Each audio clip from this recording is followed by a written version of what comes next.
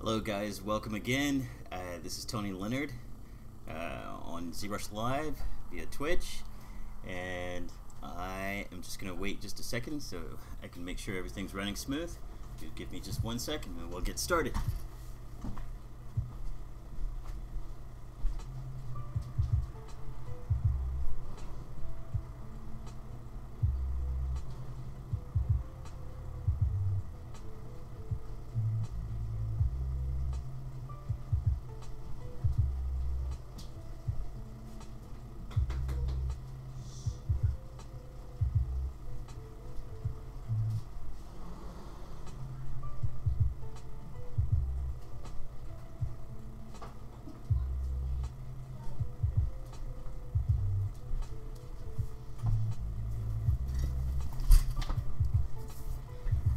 Okay, I'm going to get my webcam going, and sorry, I need to load up Twitch just really quick, make sure everything's running smooth.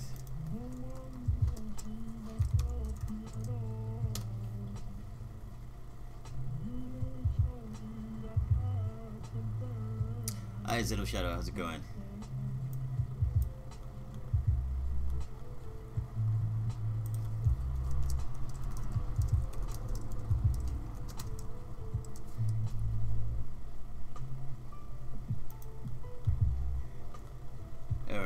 For those viewing, just let me know that you can hear me all right. I think I got everybody up on the chat, and if you, during the course of today's 2 hours, starting from 4 going until 6, let me know if everything is streaming okay, sound, audio, video. Okay, yep, no worries, I'm going to turn my camera on here. We're going to get started.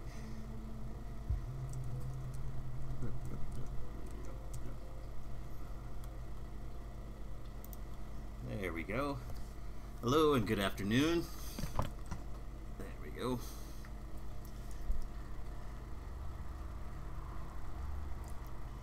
And let's get started.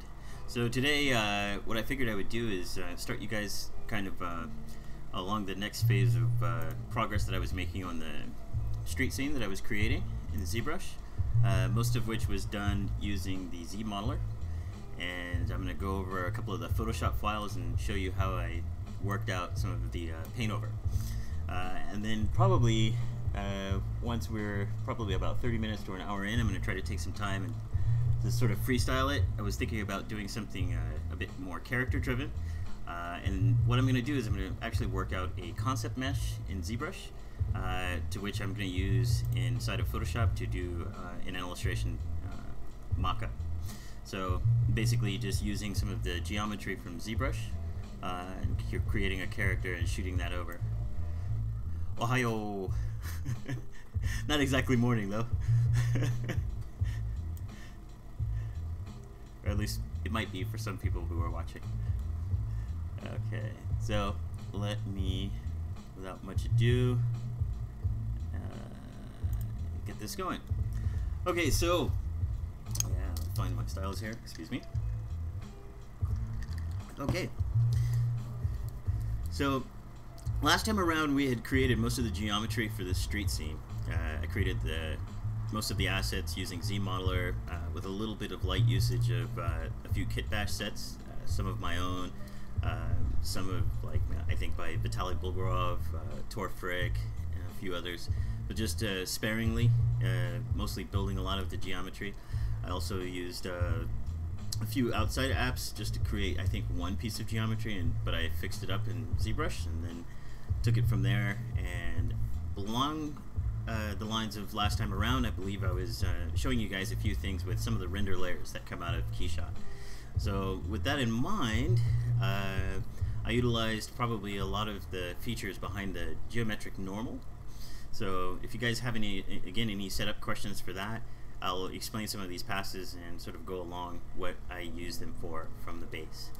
So what you're looking at here is just a file that I created of the scene, lit, and what I did was I sort of adjusted some of the lighting scenario of the image by utilizing two different things.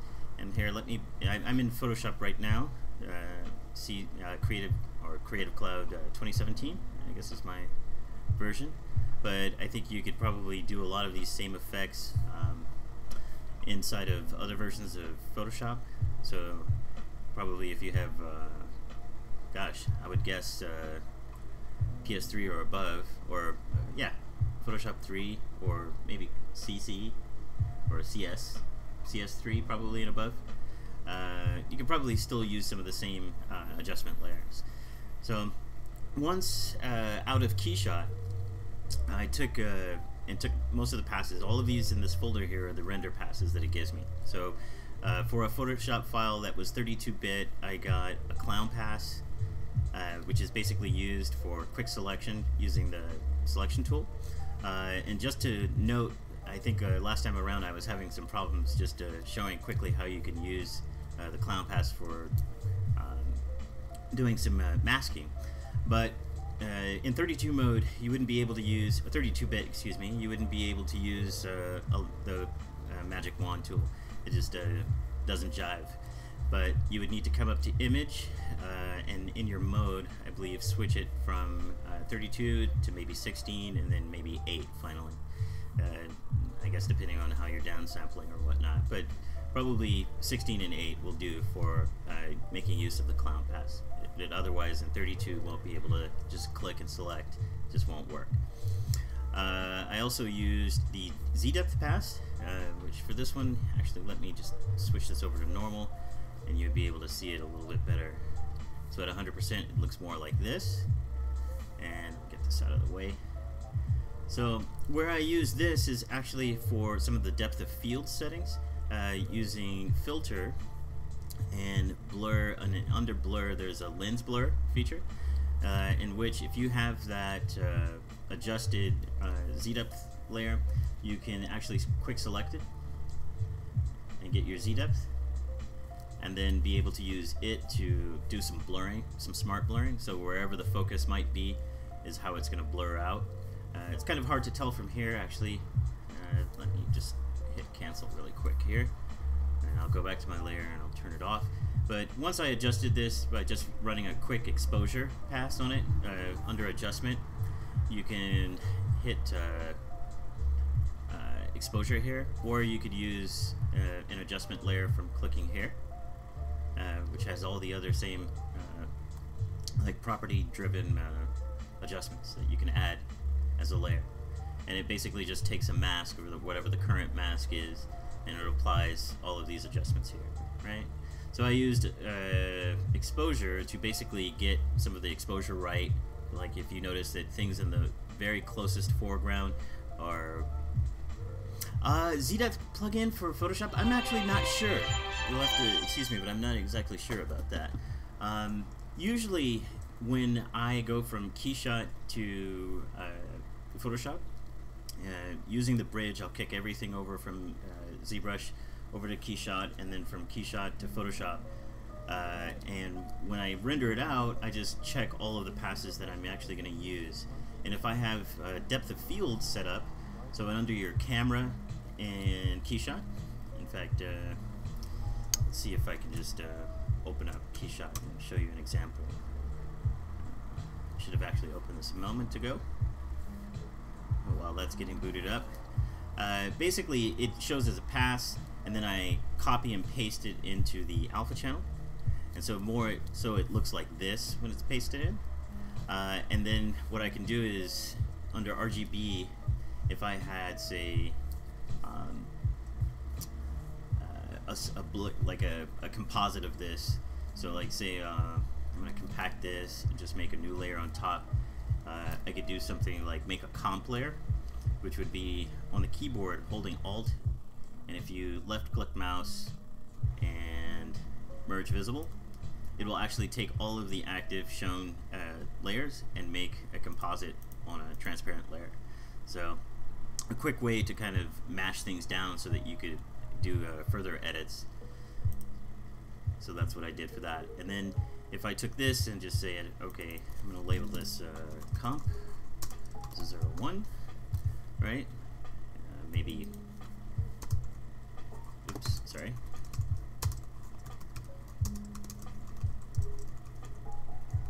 Blurred, right? I could use this Z depth pass by just leaving it there, and then under filter I could go under blur and lens blur and grab at the source here the actual Z depth pass, and once there I can kind of click in some areas and get more of a definitive blur. I can even set the radius a little higher or the blur focal distance a little higher. So some things up here or in the surrounding areas might be a little bit more blurred. If I click here, I'll say on the neon sign, all of these things are going to be clear, and some things in the foreground might be a little bit more blurred, depending, right? So everything is using that Z depth mask and all of its gray values to give you some sense of, I guess, depth, right? So if I turn up the radius a little bit more, everything here in the middle ground and the far ground is a little bit more blurred, up to about here, and then we have more focus here. If I was to change that to more something in the foreground, of course, more things in the middle ground are going to be a little bit more blurred, right? So that's one cool thing, and I'm going to cancel that. Just go back a step. And a lot of the things regarding some of the lighting in some of this, as you remember here in our render pass group, turn this on. Down here at the bottom, I set up some other pass layers that have a two different adjustments on top of the geonormal. The geonormal, as I mentioned, I recently sort of discovered the magic behind this, but it's really awesome when utilized pretty correctly. And that's just if you set up a hue and saturation on top, and then clip masking these down so that the geonormal is parented. You can usually do that by holding the Alt key and clicking in between. If I click to now, what it's gonna do is actually disconnect it. That's what the score down the middle of the arrow is. But normally, if this adjustment was on top, then I would just, Option or Alt click here in between the layers, and you'll know that the geonormal becomes the parent because under normals it'll be underscored. Here, yes. For hard surface modeling, there's a few different things that I'm going to use, and actually I'm going to get to that quite soon when I jump over to ZBrush here in a little bit. But a lot of times for hard surfacing, out shapes and objects, what I'll use is the H polish, S polish.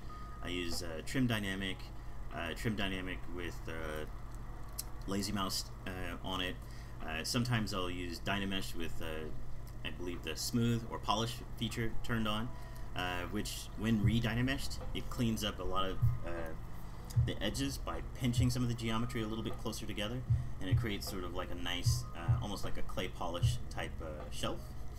Yeah, I could actually write it down and I could actually show you, probably because I'm going to be doing some concept meshing here in about maybe the next 20 minutes after I explain this Photoshop file. So probably at about the half-hour mark, I'm going to flip over to ZBrush and have a good go at just doing some, just bashing together a character. And for the most part, I'm probably going to use a lot of just like primitives and also Dynamesh shapes. But I was thinking about creating sort of a more humanoid-like drone or something like that, and having a go at some hard surface bits and maybe some cloth bits, which I'm going to try to sculpt out. But really what I wanted to do is just concept mesh it and get it, kind of blocked out, and then we can proceed from there. But I'll have a go at that in just a few here. But just to explain again how some of this geonormal stuff was set up, a lot of times under the hue here, if you set your mouse and click it here, it'll bring up the properties of that adjustment, and you can change your hue and therefore change sort of the direction of the lighting. So if I shift it, actually let me hide that comp there. There we go. So if I shift it back and forth, I get higher light sources from different directions at times. So if I flip this over on the other side of the spectrum from hue, from left to right, it'll get brighter and it'll change some of the intensity of lights. I can change the saturation and also the lightness, but then again I can skip over to the channel mixer, which sits on top of that. So this is a channel mixer parented down again with a clipping mask, and then I think I have a layer in between where I could actually brush in lights. So the setup for this is channel mixer on top, hue and saturation. In between that, you could add a layer and actually make it something like a color dodge, which actually might brighten up some lights, and then use something like a pure, RG or B color to airbrush in and lighten some things up. Specific if you have like different highlights or blooms somewhere, you can set that up and use it. But over to the channel mixer, if I click here on my properties tab again, you'll see that I can change things via the red, via the green,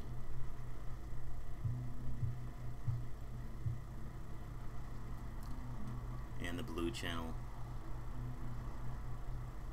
So in other words, I'm flipping things so from, instead of the more direct light being from somewhere back this way, I can flip it so that it's coming from up the street a little bit more, or I can change the intensity of that and drag it down just so that we can get some highlights, yeah? Yes, you can follow me on Twitch and also on YouTube as well. All of the streams that I do here on ZBrush Live, I believe they're saved out so that you can replay them on Twitch, and also probably I think within a day they usually end up on the same ZBrush Live channel on Pixelogic's channel on YouTube. So be sure to check them out, or previous episodes if you missed any. There's a ton of great artists, and I try to do a few things in this stream to keep it going. So just showing sort of some fun projects and the steps that I take to get there. But setting this up again is really cool for lighting. So between some of the light settings that you can do with GeoNormal and some of the other passes that you can set up, as far as like AO, usually AO and shadow become some of the passes that you would use for the heavy shadows and sort of like shadows inside of recesses to sort of form up some geometry.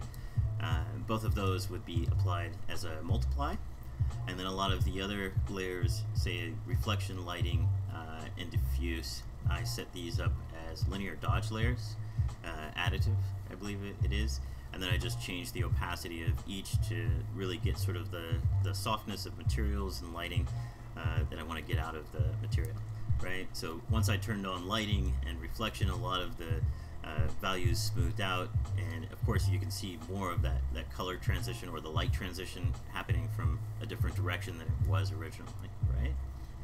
So utilizing that, I took about, since the last stream, I think that was about a week out, or maybe just over a week, and I finished a paint over.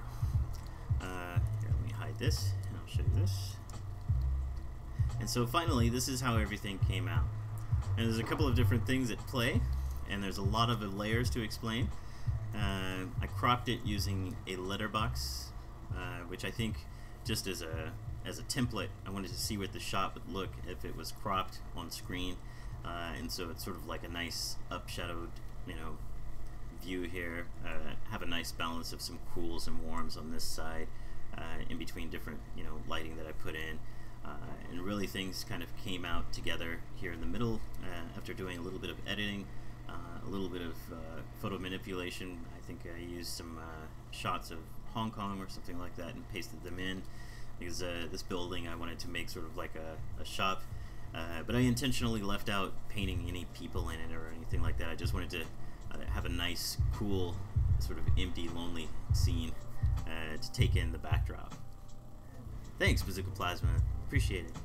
So, the way that this is set up, if I expand my layers a little bit, and this kind of goes beyond the mandate of using ZBrush, but just to show you sort of the power for doing something 2D that is basically, created in 3D, and at the end you're using it for a static 2D image. There's a lot of really cool things that went into working some of this. And some of the smaller details you can tell were kind of painted in. You'll have to excuse me, my peanut gallery is here in the house today with Mom on duty. But I have some lines and some cut lines here, most of which were created by doing a little bit of a paint over with an effects layer, just using some standard emboss, and I'll show you that. but let's go back in some of these files, or layers rather, and I'll kind of show you the stack of everything. Oop. There we go. So there's the full frame, and I probably have some layers here that are not organized very well, but usually when I work in different sessions on painting details, what I try to do is select a lot of what's going on here. What's going on is basically I did all of the geometry for this scene, so basically doing sort of an environment inspired by Blade Runner. As you know, Blade Runner 2049 it recently came out, wanted to do sort of elsewhere scene where maybe I imagine a different block or something like that, an environment that was inspired by Blade Runner. And there's a few things that I refed out as far as like creating the street lamps, the parking meters, the pillars here, the tiles back here. All of this was utilized using the ZModeler brush. So if you follow some of the last streams, you'll see sort of how I put the set together and some of the geometry that was built. And then once I laid out the scene, I basically put in a large building here, a medium-sized building here, and it's basically shot out and rendered at about 35 as the perspective, so which basically is representative of like a 35mm camera, which is you could set in ZBrush your draw view to something like 35 and get about the same perspective, but I utilized a floor, like a 2D floor, which has some sculpted bits where I added water reflective material inside of Keyshot. And then once comped out with all of the materials, I did a render at about maybe an hour and 20 minutes. Thank you. And then what I did was, utilized a lot of the tools or photo editing tools inside of ZBrush, a lot of layer adjustments, maybe a few different textures, comped in some of the rain, drew in and painted some of the bloom areas here in the lights, and then I get a final image. And then once everything is built up, I did a little bit of work with some of the lighting via the same method of using the geometric normal pass that came out of Keyshot, and also using the Z-depth to do a little bit of smart blurring so that I get the nice blurred focus for high-rise that you could barely, almost with this lighting, you can barely kind of tell that it's there, but you could just tell that your eye would read that there's something quite massive as far as like the skyline in the back, only reading a minimal amount of detail. So it really drives focus down here where there's a neon sign and maybe the blue street sign here. Other details painted in smoke, used a few, I believe, screen and also color dodge layers for a lot of the smoke, and also with a little bit of masking. It's kind of hard to tell unless I zoom in, but in this render I did a sort of copy of this area inside of a brushed in mask, and then I think under filter there's a filter gallery for glass.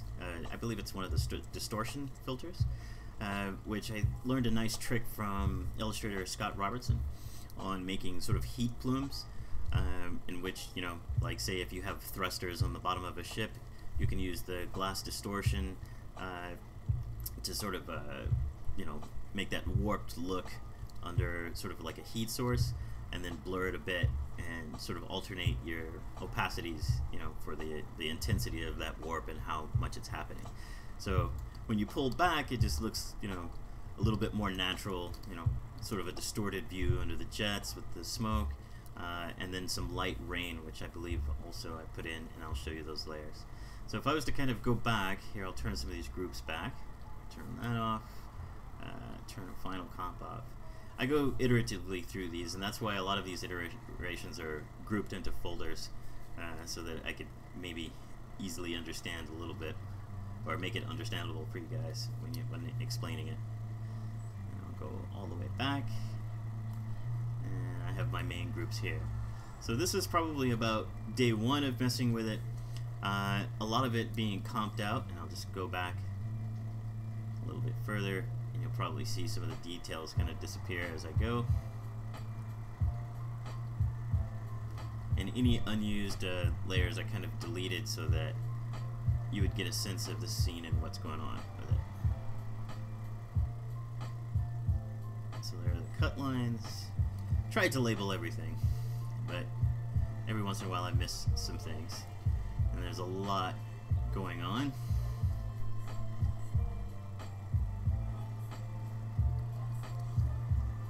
So this is basically our most simple render pass here, with all of the materials placed on it. A lot of these shapes here were... There we go. So this is down to our beauty pass here. So this is about the flat render and how much everything changed. Thank you, Doug. Cheers.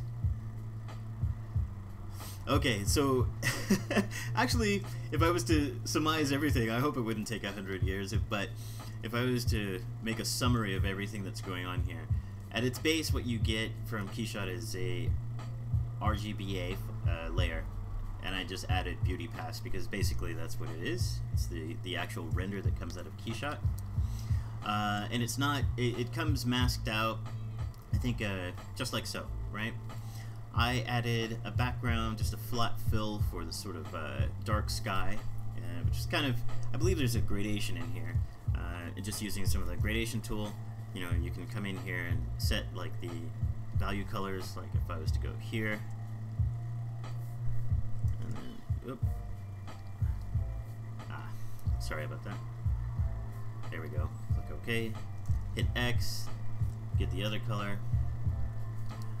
And then, you know, under gradient, I think I just did like a simple gradient, and you can set style. So a lot of times I'll use a single color gradient where the other side is transparent as a setting for a lot of multiply layers, so that sometimes I can put in sort of like a nice vignette from one light source to make it darker. I think that there's a few shots where I did something like that. And then I'm just using like a flat two-color gradient here. Okay.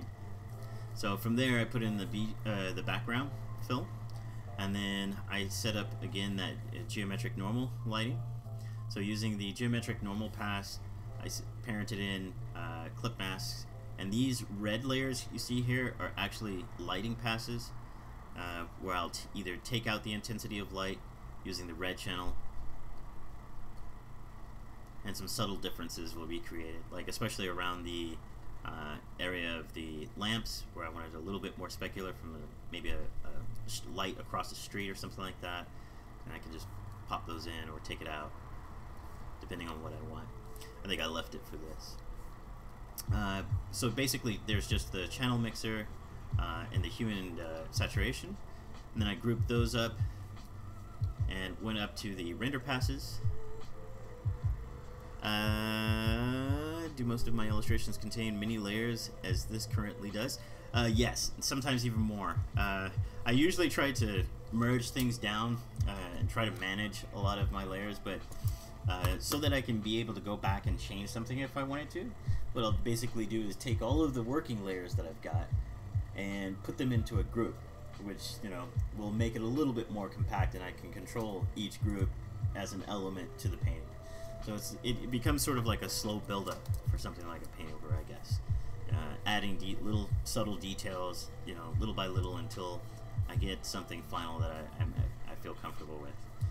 So I turned on diffuse, lighting, reflection, shadow, AO. So again, both of these AO and shadow passes are going to be multiplies, and I just changed the opacity.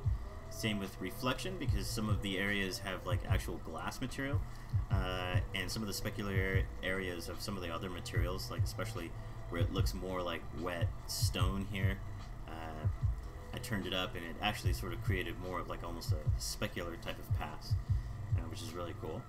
And then added in lighting and diffuse. For this, I didn't utilize any of the global illumination pass, but that's quite outright. I didn't really want to use it because I wanted a high render with nice shadows very quickly and only inside of an hour. So I didn't want any of the materials to sort of conflict with each other or get any weird like aliased colored pixels out of Keyshot, which occasionally happens when different materials sort of interact with each other. Compact that. That was my clown pass, of course, and if I keep going up, I just added various multiply layers, overlays, just to get some of the coloring in. I think that one's normal. It's probably a subtle detail somewhere. Some of the background, which I just used an eraser to sort of edit out. And masked some of those areas off. I also placed a little spinner. If you guys remember a few streams back, I had one of the spinner cars from Blade Runner that I had partially worked on to show you guys for a 2D illustration using toon shaded stuff in Keyshot. I took the same prop and I dropped it in here and then did some edits to it. So it has like just a scratched metal material that I put on it, which I would have probably preferred to paint over, but because the object is so small, it doesn't need, or either I need to go back and scale some of the scratches and re-render it so that it looks a little bit better. But it worked out in the end because I just did some simple edit paints in Photoshop, and bam, there we go. So there's a few gaps, like holes here, and I just made the best of some of the basic silhouette of the craft because it felt sort of just to have a nice focal away from the buildings, to have some kind of interaction like one of the cars would have been really neat, and just dress it where there's some lamps like off in the far distance, right? And one of the things I forgot to mention, I think I demoed it last stream, but in this matte painting here, or cinematic, some of the edges I actually cleaned up using a feature, I believe it's layer and matting, and I defringed it.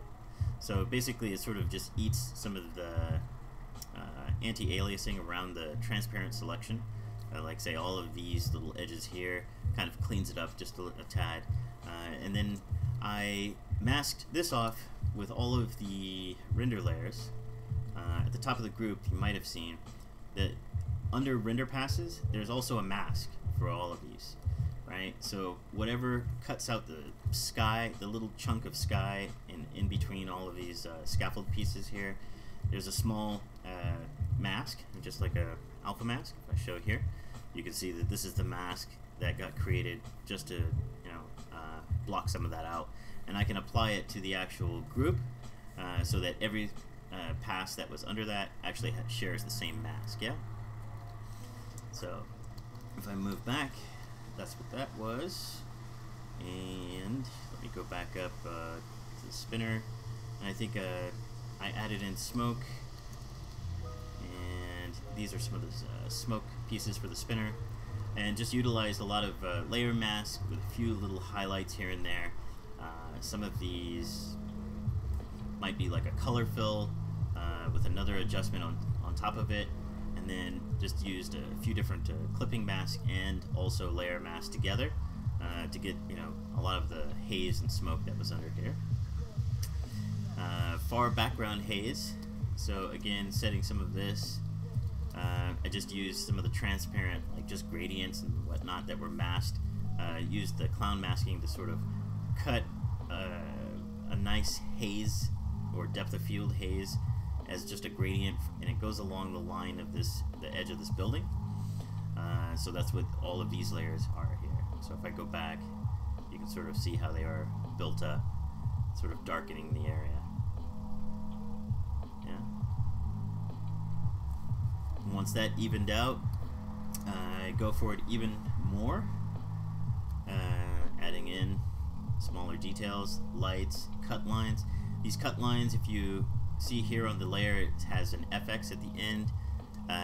Most of this is just like if you double click on a layer, you can see what the layer style is, and I just used a bevel and emboss, inner bevel, chisel soft, and then I can set the angle here by just using this little ring on the inside and setting the angle so that wherever my light source is, I can get sort of a lifted edge or just like a highlighted specular edge off of whatever the cut line shape is going to be and where the light is coming from. Yeah.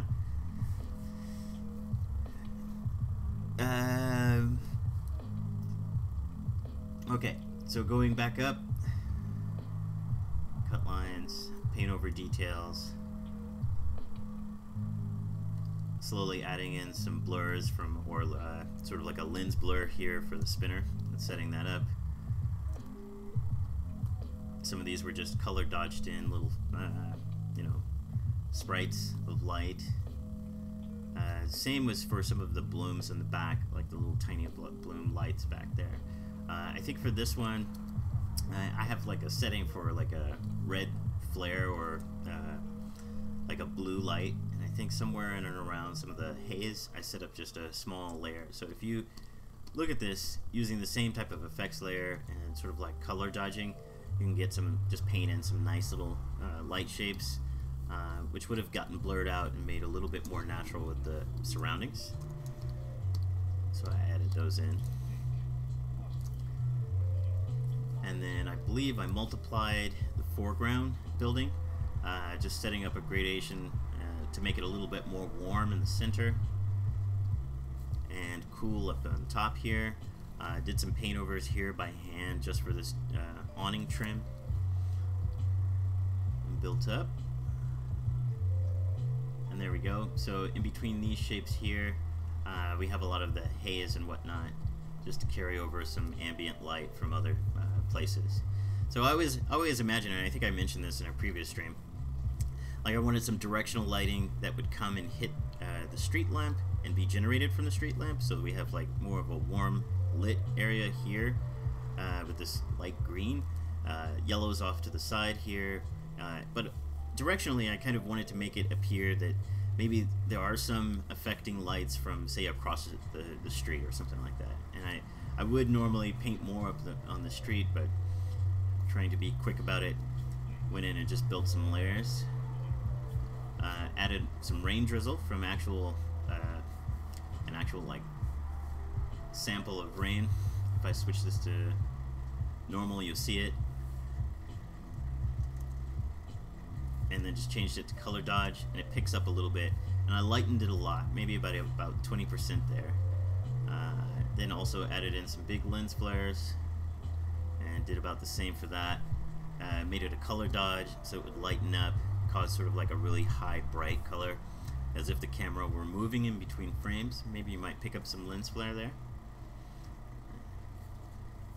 And then kept adding small details. A little bit more bloom in some of these lights here. Just airbrushed in so that it's not as blocky here. And then put one at the corner of this to just generate a little bit more specularity. I guess this would be sort of, normally I think it would have been, if I had more time, interesting to put in some floating holograms, like signage that was a hologram, and I could always go back and do that. Might be on another pass, I'll try it out. Sort of formed together. And so where I took all of this is just basically, again, doing an Alt, and then on the layer menu, left mouse clicking here under the layer palette's options, and merge visible, which basically creates sort of a comp of all of the layers that are visible onto one. And then I use the smart blur that I had going with the Z depth to do some blurring. And then blurred in between two different focal points, and I think I tried basically sort of doing a blend between the two. So this one is set to 80% and this one is at 100. It sort of finds like sort of a nice middle ground if you keep switching the slider in between the two, yeah? And then added in some shadowing, which darkened a lot of the top of the scene.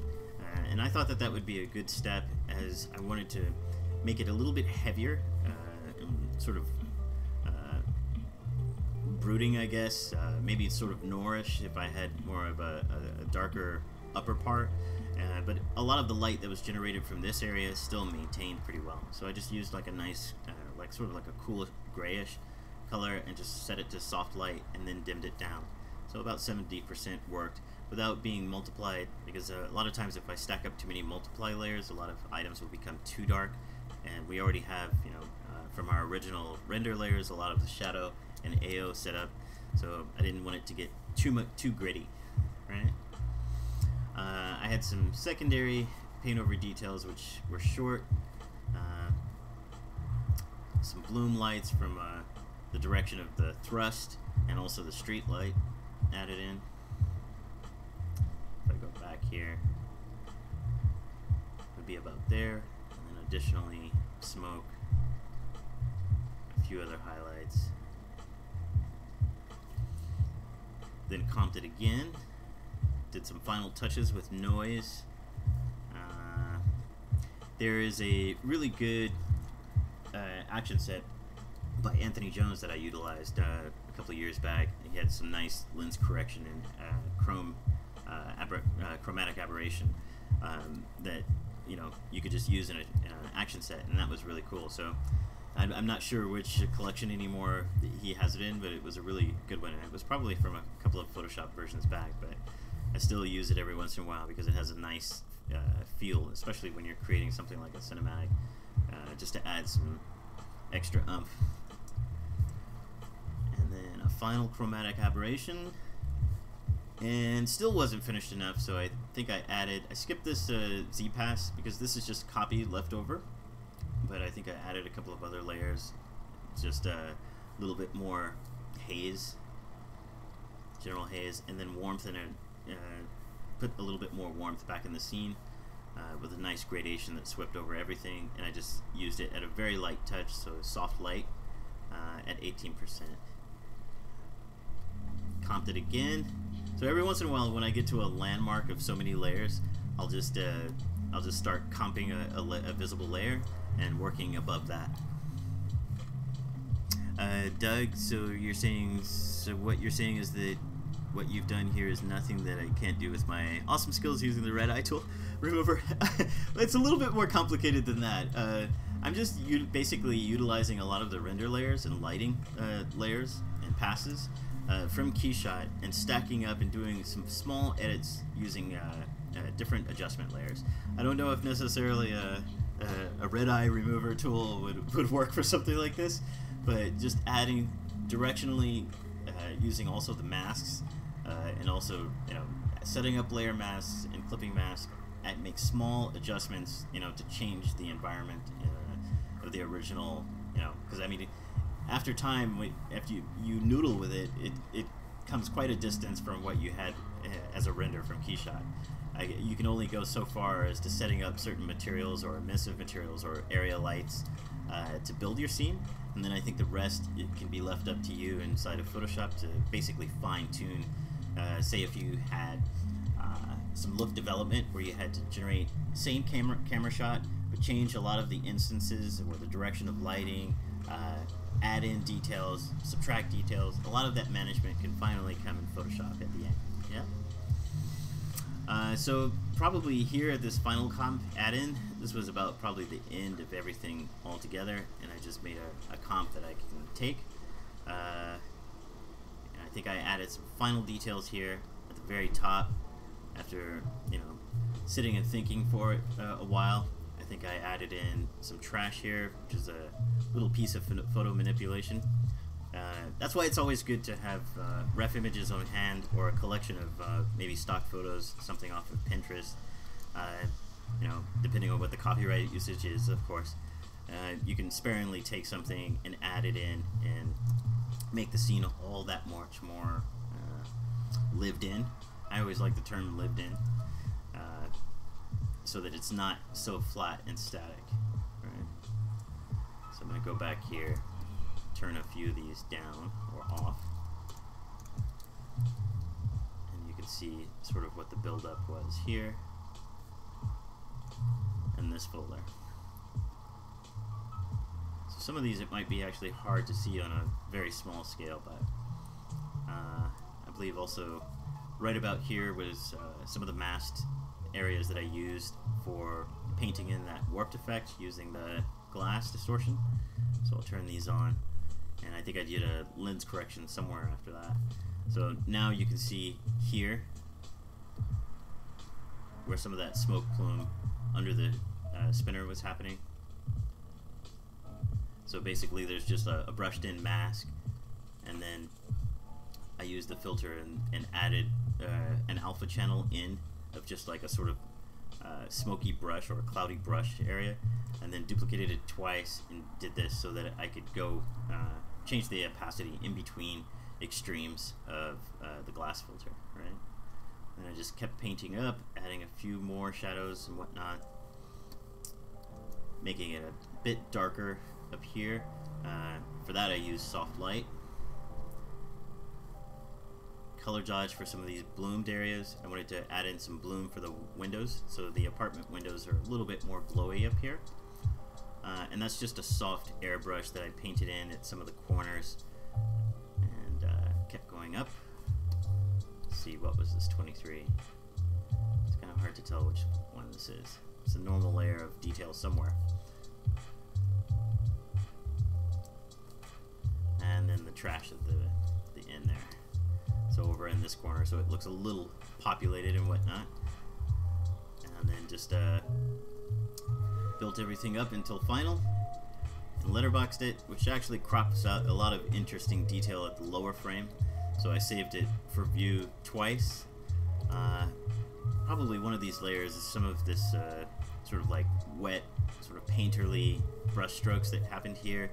I just sort of fused it into the area of where I think the bloom of the lamp would show, and you get a little bluish haze of, say, the glow from the light hitting some of the specks of rain coming down. I think it makes for a nice texture for that.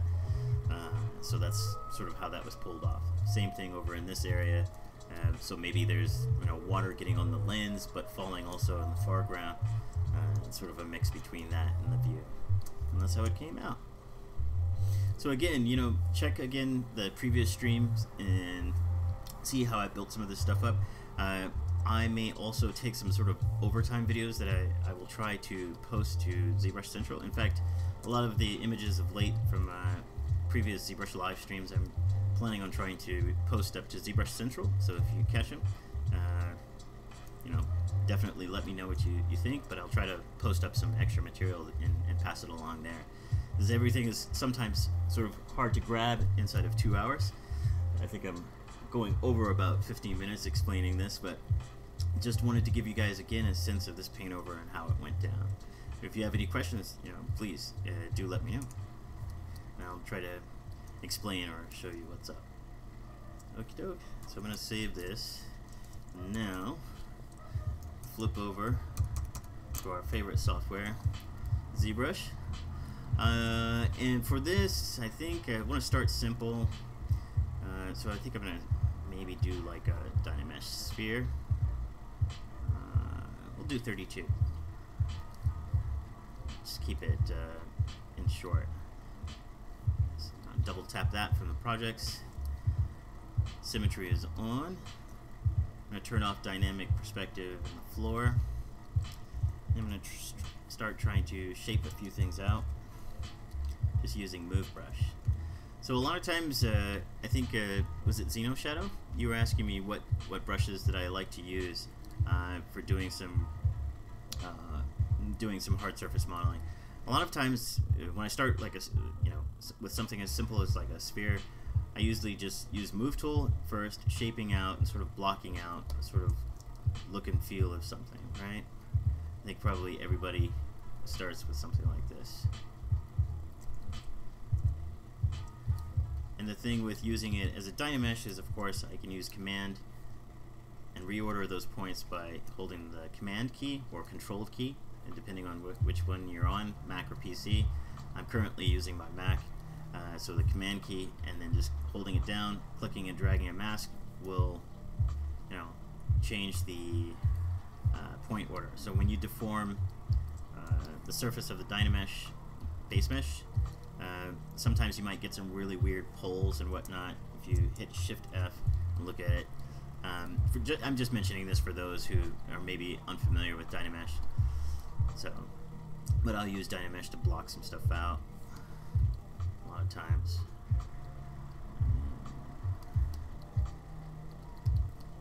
Just gonna see if I can block out a quick silhouette, and then I'll re-Dynamesh and see how it changed sort of the shape of the polymesh there. And then I'll use H-polish, sort of harden up some surfaces. And that's basically, the H-polish is basically hard polish. There's also a soft polish. And then as I do this, I can go over to Dynamesh, and a lot of times what I do is I do 0 blur, keep the resolution, and do a polish. And what you noticed when I redynamesh there, you see all of the edges that were created. Basically, the geometry is pulling closer to the actual planar change, the edge. And what it does is it actually tends to put in like clay polish, sort of a pinched edge area with the geometry. So a lot of that will change, but that's basically kind of how it hardens it up. And I'll just keep refining a lot of those edges.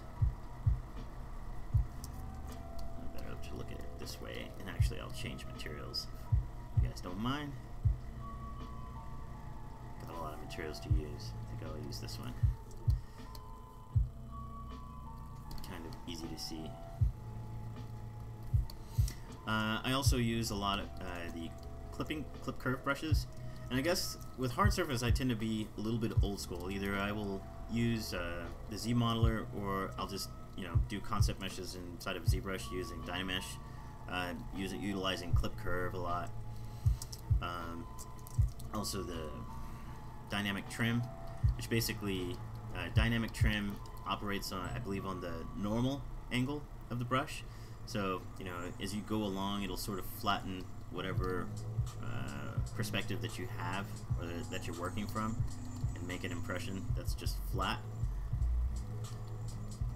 So if I turn this corner, if I flattened everything out here and I turn the corner and I use trim dynamic, it'll operate on the normal and flatten that bit as well. And then I can redynamesh it, come back and reharden it.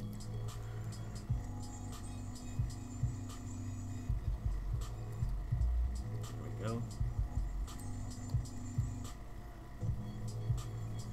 Right. I can also use brushes like clip curve, which basically is a flattening brush. Wherever that shadow is there, that shadow sided of the line or the curve is what's going to get flattened. I can say also draw a mask out, use that clip curve, hold it inside of the masked area, and do something like that, clipping it off, clearing the mask, and then redynameshing, right? Smooth out some bits.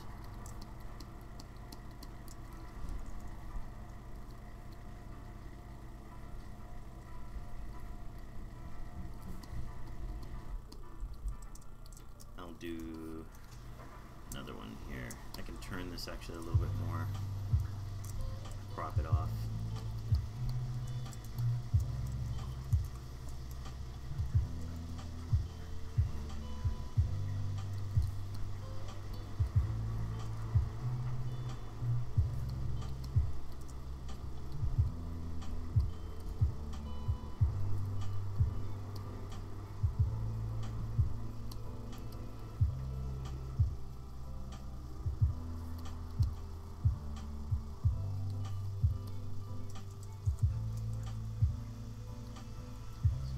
Some shapes out. Oops. I gotta turn my symmetry off. There we go. Trying to pull out a little torso-like silhouette.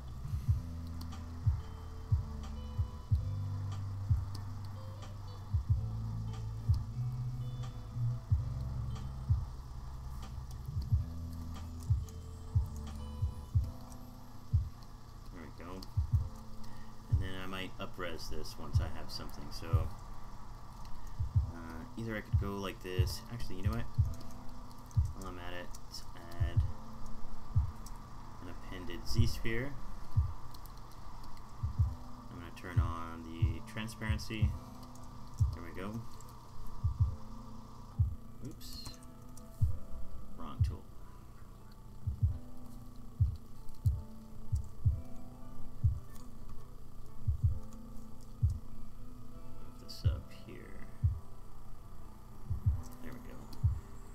Draw on this, hitting Q.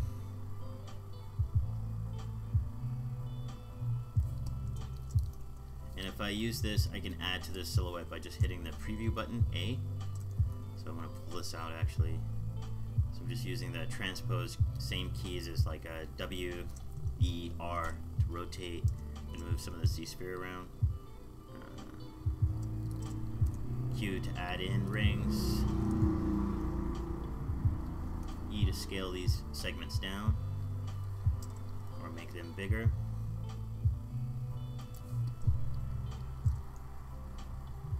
Yep, there we go. And then once that's in, I can come over to the adaptive skin and change the density. So I like to work low, so I'll drop this down to 1. Look at it again. Yep, that's working out. Okay, so go in here. Oops.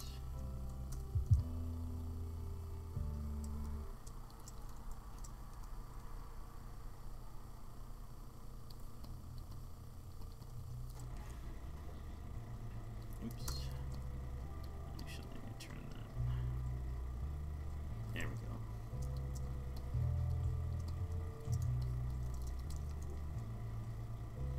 So I'm just sort of free drawing right about now. I'm not getting anything married down.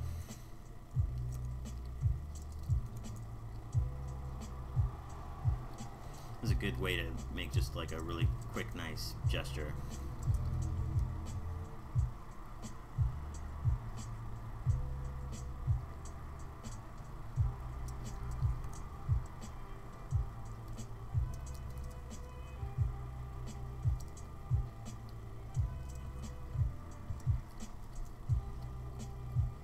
Yeah, you could. In fact, there was a Gundam that I had planned to make. In fact, I have to bring that project back, but I was going to sculpt out a Zack, or Zaku, or maybe like a Zaku 2 or 3, sort of like Char's Zack, and I kind of fell short due to time on some other things, but I need to revive that project because it was so fun to kind of like come up with a Gundam style model.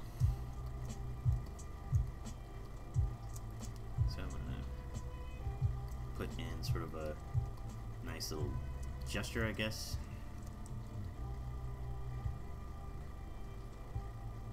Maybe I'll scale this up. Take it.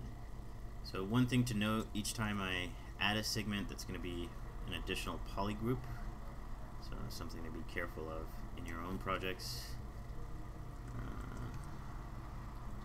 Because if you actually hit the A key and preview everything, you can see the geometry, but you can also hit Shift F. And for this, actually, the Dynamesh resolution, I'm going to turn down. What you build in ZSpheres, actually the functionality in R8 changed just ever so slightly. So you can draw out sort of a gesture using the ZSphere method. And then once you create each segment, of course, like I said, it would become a polygroup, but also they added Dynamesh resolution, so you could probably work straight away in Dynamesh. But for this, I'm actually going to turn this down to 0, hit A, and then hit it again. And there's our geo, right? So just, for now, just low geometry to sort of work out a shape, character shape, right? And for this, I'm just basically using it as an armature. So I'm gonna kind of pose it up a little bit, sort of cock the knees and bend the spine a little bit out. So there we go. And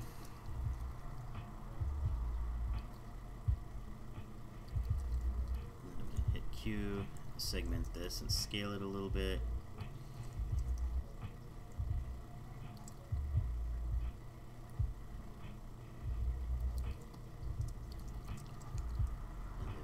About.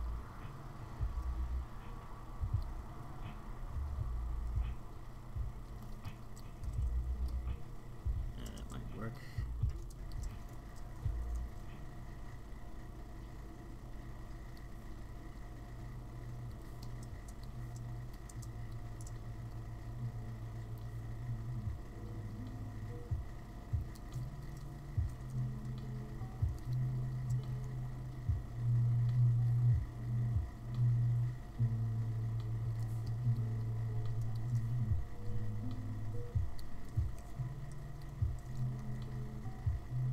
If I size some of these, of course when I hit my preview, some of the forms will actually start to pop out. because of the segments that I'm using. I can always polygroup this back as one polygroup, or use the selection tools like the lasso or the square selection tool to then start adding in some additional polygrouping and stuff how I see fit. So I'm probably gonna once I create an adaptive skin, I'll probably go and I'll select like the head, chest only, arms only, legs only, and give them their own polygroups, right? So it's been a while since I've done something character driven, and I've really been itching to do a little bit more of a humanoid form, even if I was doing some hard surface stuff. So bear with me for today. Here we go.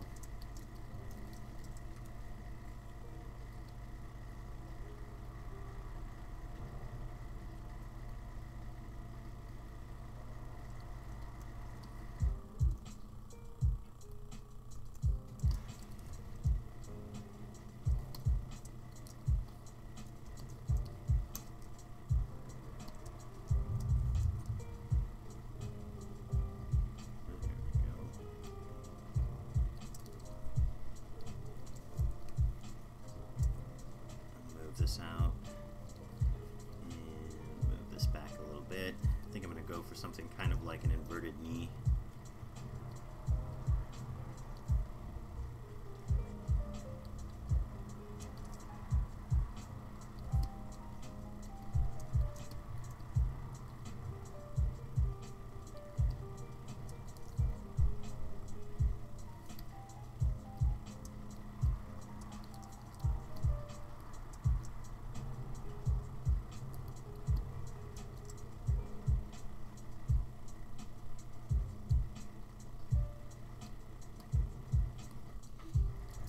Scale some of these segments up. The calf, go and add a few and shrink those down, give it some width a little bit.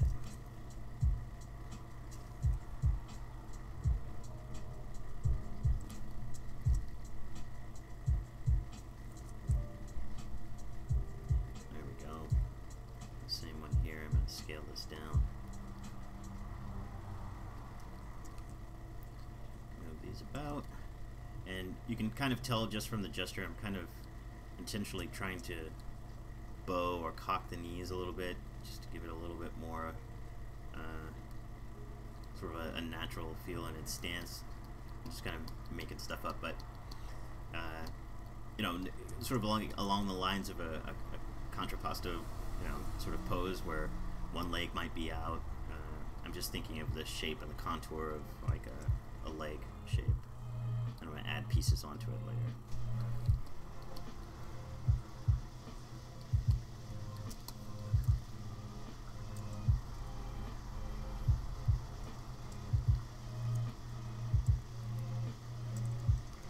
Add some width here. Pull this down a bit. That'll be more of like the bicep shape. And then I'm going to add joint for the elbow. Scaling that back. I'm going to pull out this for our hands, making it a little bit more extreme, like long-armed. I always love the shapes. If any of you guys are familiar, there's an artist by the name of Meme Goring. He does a lot of like really cool cyberpunky illustrations and models. Love his stuff. But he always has the really nice, like, long arms, sort of, beyond human scale, where they would be just past the pelvis. They're really elongated. Love that look.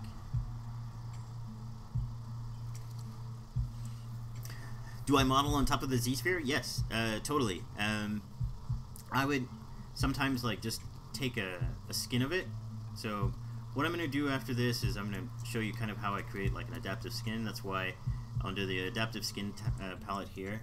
And here, what I'll do is I'll shift in this so you can see it. Adaptive skin while I'm drawing on a Z-sphere. And then I set the density down to 1, Dynamesh resolution again down to 0, unless I'm going to work straight away in Dynamesh. And then I just kind of leave it there for a bit until I go ahead and make adaptive scan. So finally, after I get all of the posing and all of the scaling of all of these ZSpheres, right, I would just make adaptive skin, and it would make an appendable copy of the subtool that I can add in here and then start modeling from there. So I'm just basically sort of judging some size and, you know, basic silhouette of a character that I want to make. And then I'm going to add, you know, more mesh on top of that, or use like basic primitive Dynamesh shapes to sort of block out more of its silhouette than what is actually represented here. So I'm just sort of making some floss. It's almost like, you know, if you used a traditional sculpting and you use solder wire or any type of wire to make an armature for actual practical sculpting, it's very similar to that. You know, I can understand gesture, like even if I was sketching an actual gesture down on paper.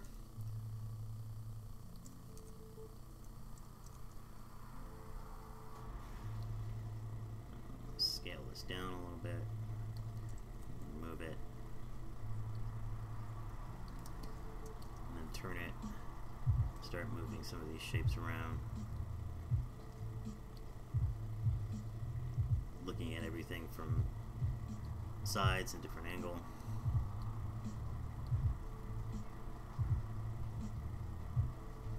That bicep kind of placed out, building up to the shoulder. Pull this in up here a little bit, and I'll add a ring, scaling this down, and once I feel comfortable with this, then I'll start building a little bit more.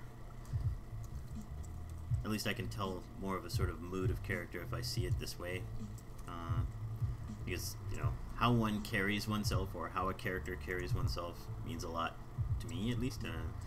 Because it's kind of like creating something in which you're the actor, you know, and a lot of your personality of how you would stand or poise yourself in such a situation sometimes becomes a thought, I suppose. So it's kind of what I'm doing, is just blocking some of this out and seeing how I feel about it. Maybe I'll rise up these shoulders a little bit. That'll be neat. In fact, draw in here, just a short one, and we can take a look at it. So everything is shaping up this way, so I'm going to have a long head, wide hips, and sort of tippy-toey feet, yeah? Is the adaptive skin in the ZSphere menu? Actually, no. I started off by, under the subtool menu, I came and appended, if you click on it here, a clean ZSphere, and then use symmetry to start building out some of the silhouette, yeah? And if you hit Q and start drawing on it, you'll see that the highlighted indicator for its draw would be like green, like this here, and that would show you sort of like where your symmetry goes. Like, I think it disappears when you're off center, right? So as I draw, I'm just sort of building it out, and then I can hit A to sort of preview what the geometry is going to be like. Right? I may do some different things with this head, but I can sort of see a nice clean block out of how things would shape up. So I actually want to scale up these legs a little bit more. Hit A, I'll hit E, and with the E it's basically a scale tool, and I'm just scaling some of these up.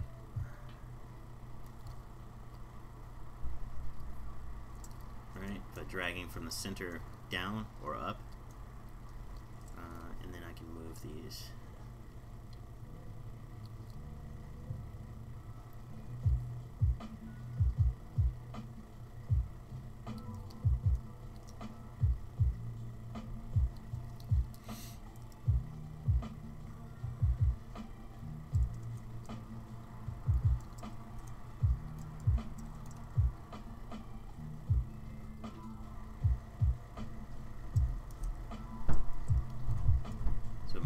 Move here.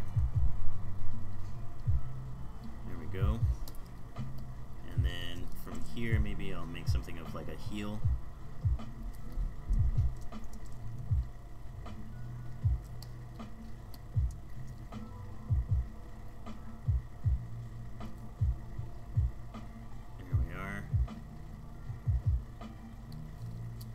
that looks.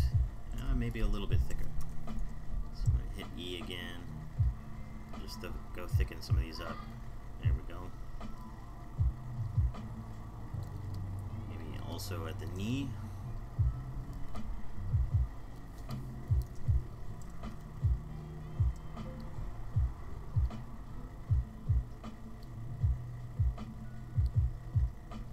If you move things at the center, you might also notice that it moves or rotates one specific joint versus all of them.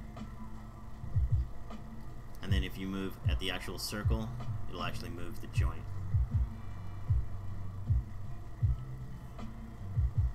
So I'm going to add in some here. Move this. Scale this.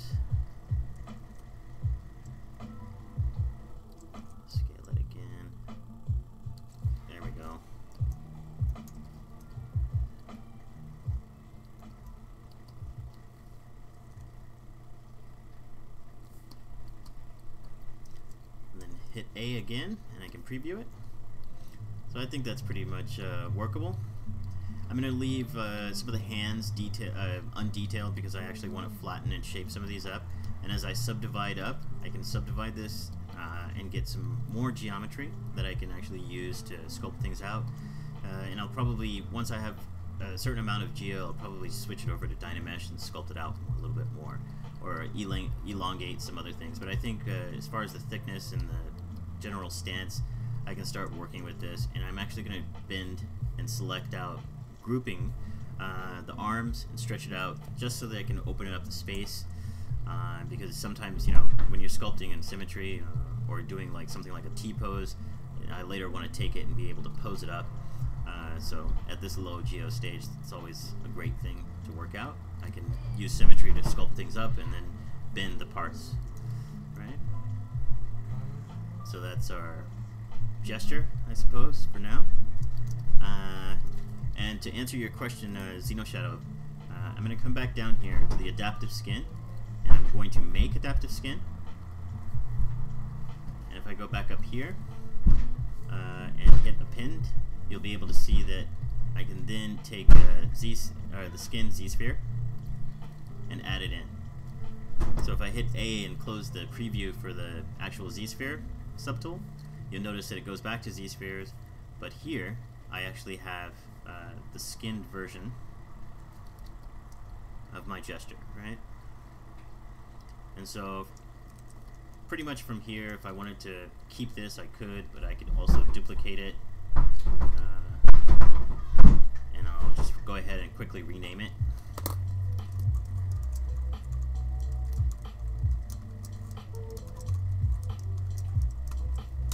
I'll say low P is in low poly.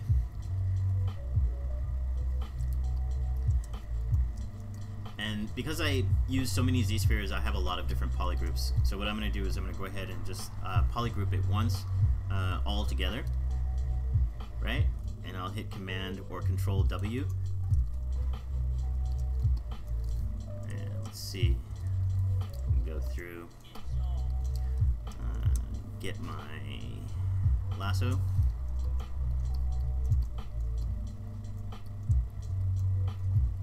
And I'll just use some show hide stuff, basically to sort of select arms and legs and whatnot. So,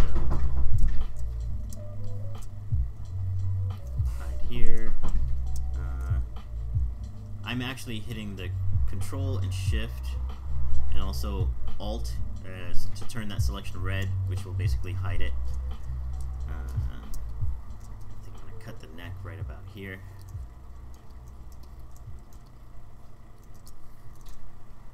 Oops, sorry.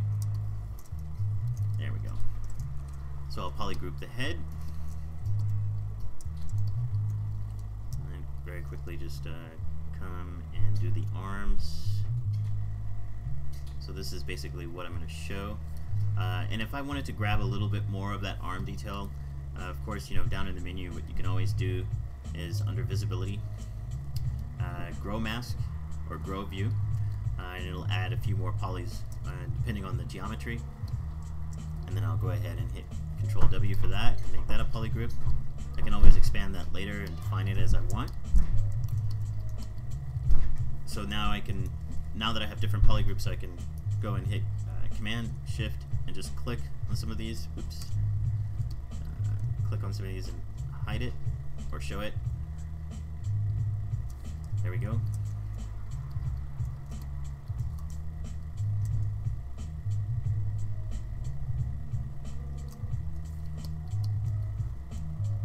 Hold on a second.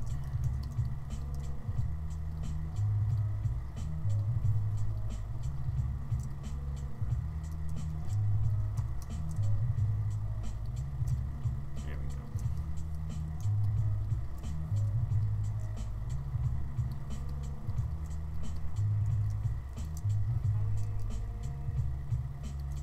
There we go. Maybe one more in. So I'm gonna. Sorry, sometimes I have some finger muscle memory problem because I work on a PC as well, and sometimes the keyboard layout is so different and the shortcuts are just slightly different. I push the wrong button, so sometimes like on a Mac I accidentally, yeah, I know, it's joke of the day.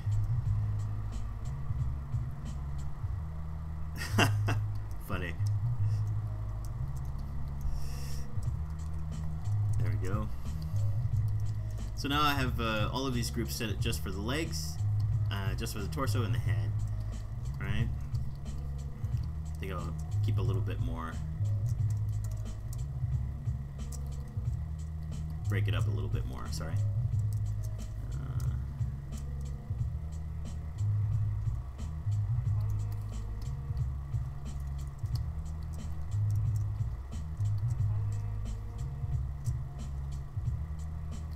There we go. Do that.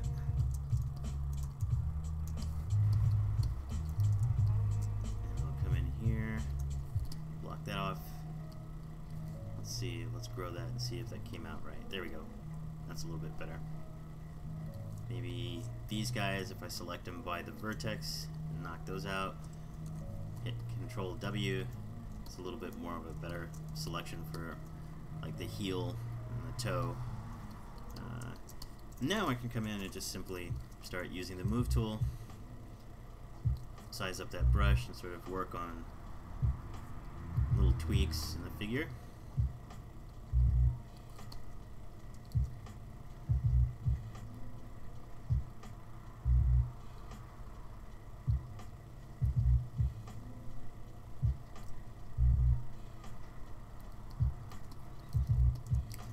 I can also use something like I like to use in sort of a, instead of an inflate, I'll use form soft. There we go. It just sort of does like a nice soft inflate on some of the parts of the figure.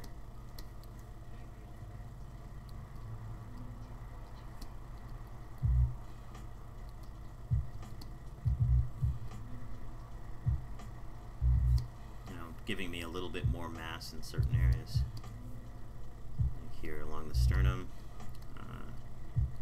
maybe in the back.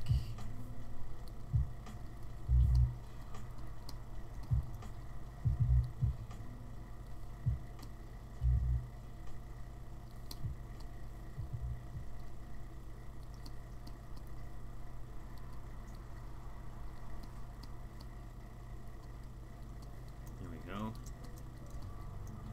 Very quickly, before you know it, get more of a nice figure out of it. Anyone have any questions? I know probably a lot of you, might know some of this information. I'm just trying to cover all the bases for those who maybe might be a little bit new to ZBrush.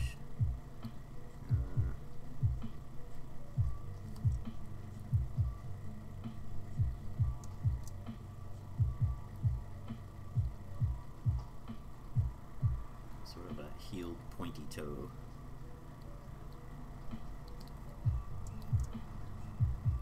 Sort of a frog leg.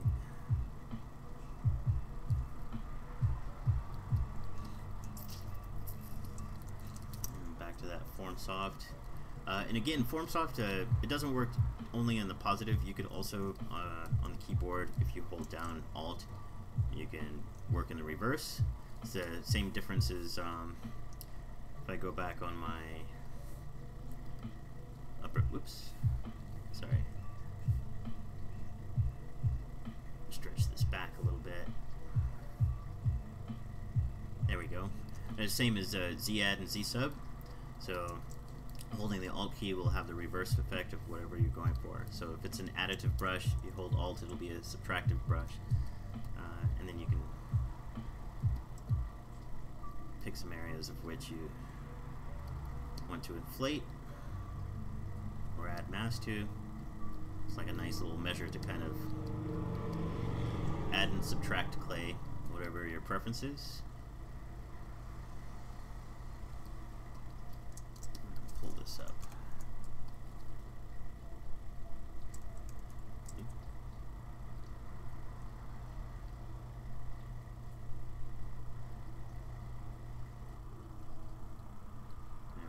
Sticking some of that arm out.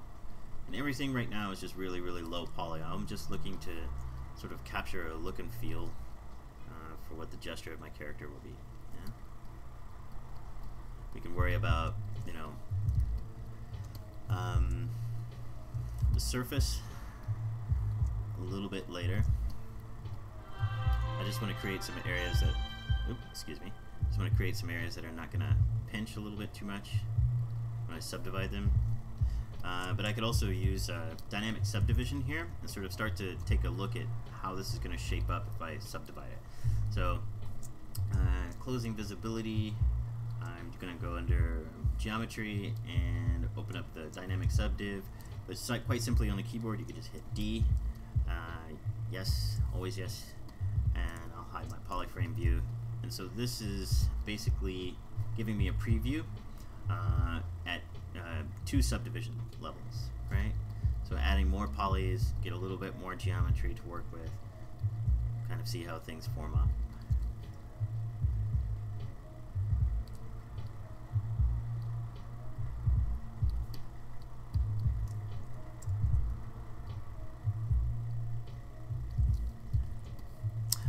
I would say probably game res sort of stuff, but I'm going to actually work this up to a high poly.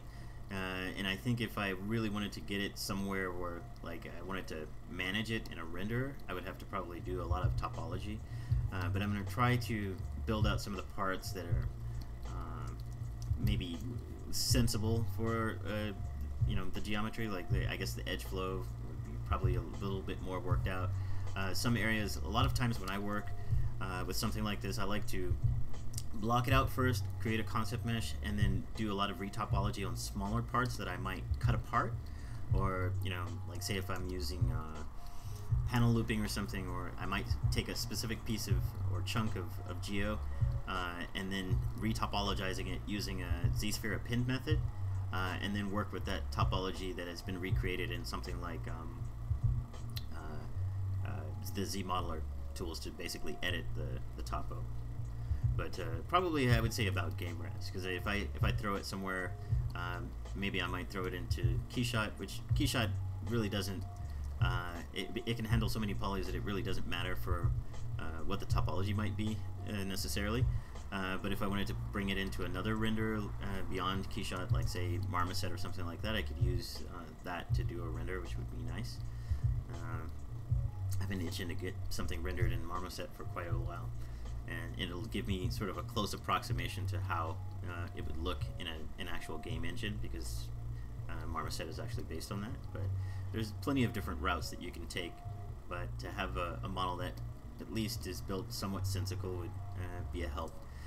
For 2D illustration stuff, which is really what I wanted to do with this, is to take it and then base all of this geo maybe in a render with like just a simple BPR, not necessarily Keyshot. Take it and actually generate line art based off of this. So if I took something like this per se, and after I pose it up, I could always, you know, either send a screenshot over to Photoshop or create an actual BPR with some render passes. So kind of like over to your render area here, and the render properties that you would have, external render. So for Keyshot, this would be what I would choose to shoot this model over to Keyshot. But also, whatever you set in the properties here in the VPR pass, the image itself, maybe shadow and ambient occlusion with a mask would be what I would use coming out of Photoshop. So almost the same as Keyshot and its render passes, the same thing would apply for Photoshop. What I want to do is actually create an outline of the geo that I can then take a shot and maybe create a turnaround. Like say if I created this tool here, in fact let me save it really quick before I get too far gone.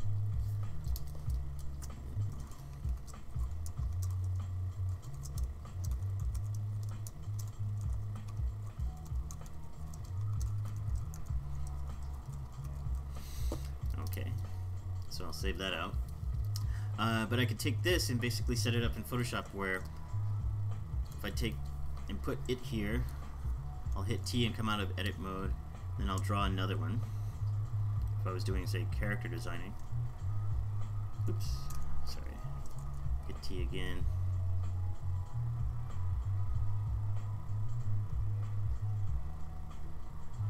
Just let me go back. Sorry about that. Got a little bit off on my scale. There we go. If I turn it to more of a 3/4 view, turn on the dynamic perspective, come out of edit mode, draw another, hit T, turn it about, and with something like this I can actually take a screenshot or use it. In fact, heck, while I'm at it, you could always just take the simple geometry itself and we can kind of come up with an idea. So command, I think it's shift and 4. There we go. Create a nice little block out and then take that.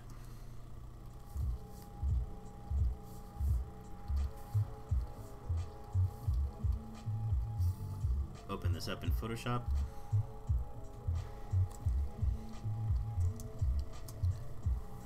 Let's do an image size.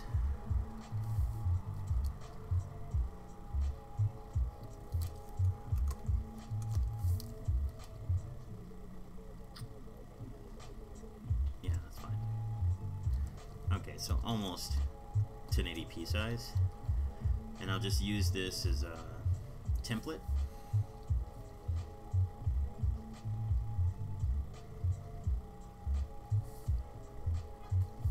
I'll make this a background color.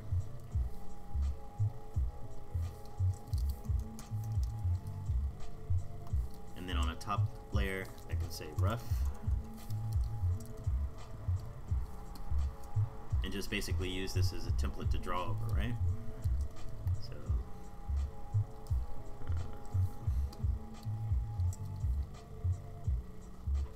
oops, sorry, wrong layer.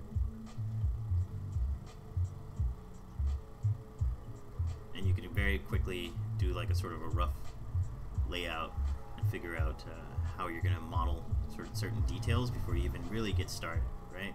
So like if I needed a thumbnail, I can come and take from ZBrush and just do like an illustration over the model itself, and I can work out all of the details before I really even get started, right?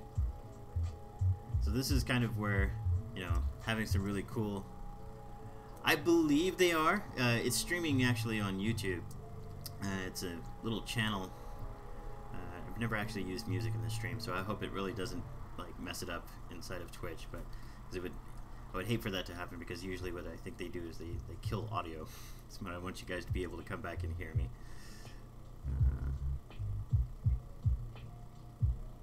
But it's streaming music over a channel on YouTube. It's the, I think it's like the, gosh, what is it? I forgot what it is. Lo-fi hip-hop. Just did a search for lo-fi hip-hop, and you got it.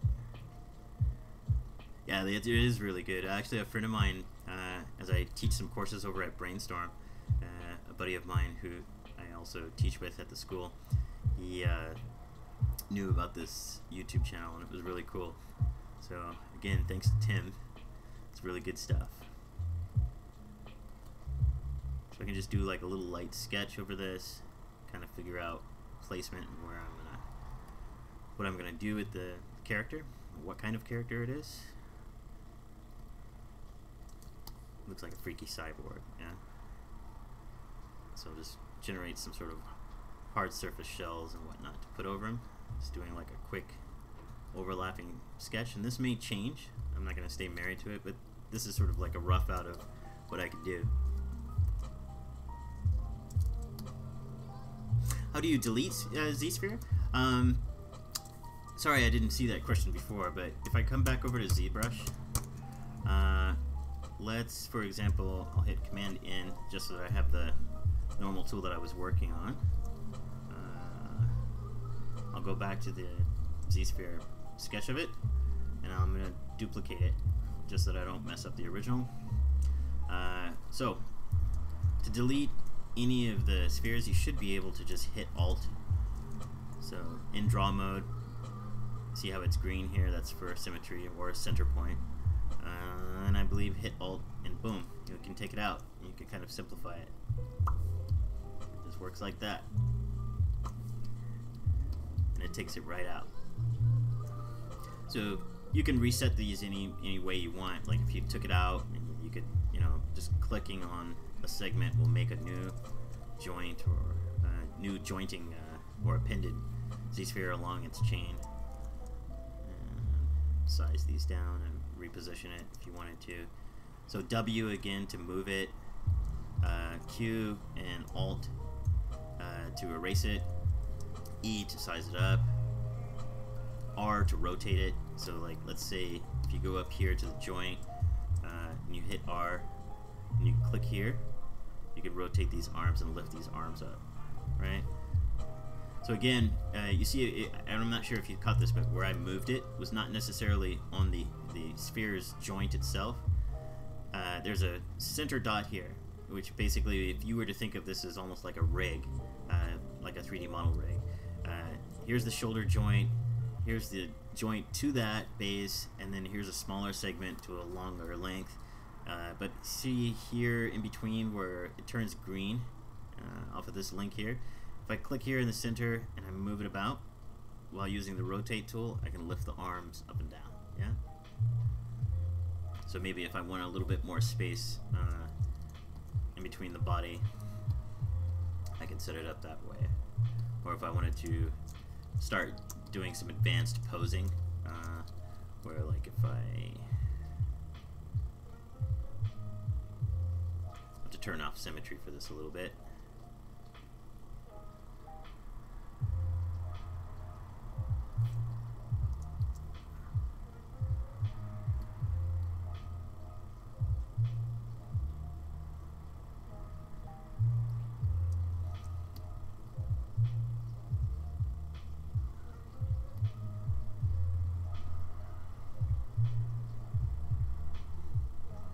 Go, and then I could take this and bend these,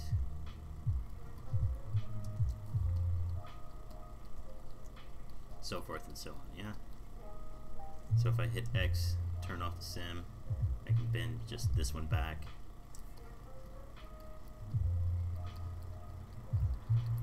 Same with the, I suppose, the torso.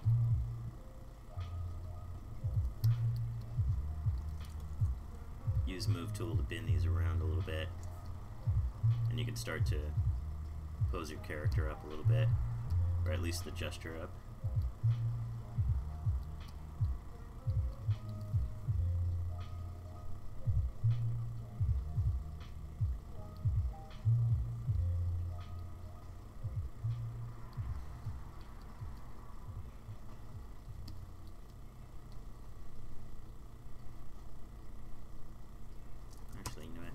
Rotate that, hit R, bring it up, and that way you can get some better posing and whatnot, yeah? Turn the head a little bit more.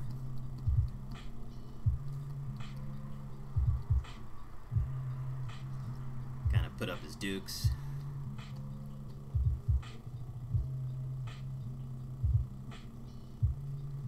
And that way you can edit your gesture, add some more dynamicism to the figure, yeah?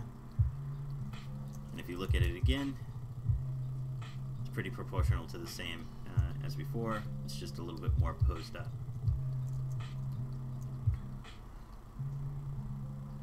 Actually, it looks kind of cool. Might have to work with some of its stance a little bit. It's not exactly meeting the floor as it should, with one leg kind of hiked up. But I could probably use something like the actual transpose widget.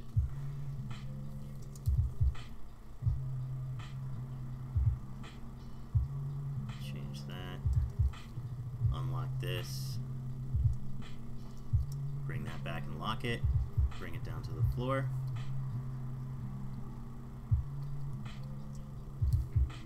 Turn dynamic perspective on, or off rather. And I can see that I lifted this toe a little bit too much, but I can pull it back down. BM, just a large brush. Sort of get like this gesture kind of back to proportion. Maybe bend here a little bit.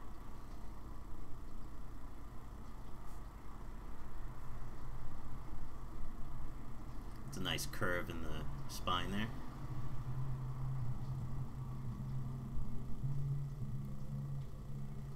There we go.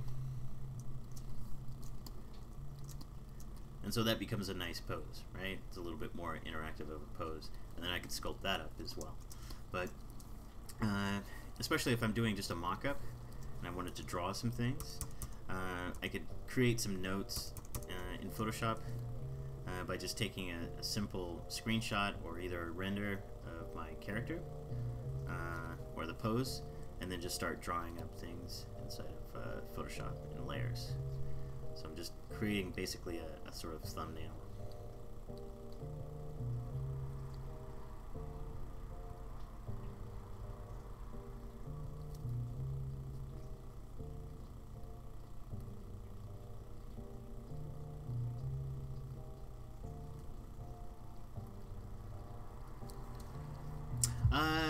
Well, it depends on what kind of deadline I have in place. Usually I try to work a little quickly, but on my own personal works, I tend to noodle with stuff a lot. If it's stuff for work, I have to work within whatever time constraints, of course, have been given to me. You know, by say an art director or a managing art director or producer or director. Sometimes those are instantaneous. You know, however, if you have a fast computer, you know, sometimes you have clients that need it now and will literally be over the shoulder to kind of do some management. I've worked that way before, where you know, had somebody over the shoulder, like a sort of directional co-pilot, if you will. But a lot of my personal stuff, I take my time with it just to put all the more love with it. But I would say, you know, just like a few days to create something, you know, finalized. In the case of something like that paint over for the environment, I think I gave myself a week to kind of noodle with it. Most important thing for anyone to realize is to use all, every person.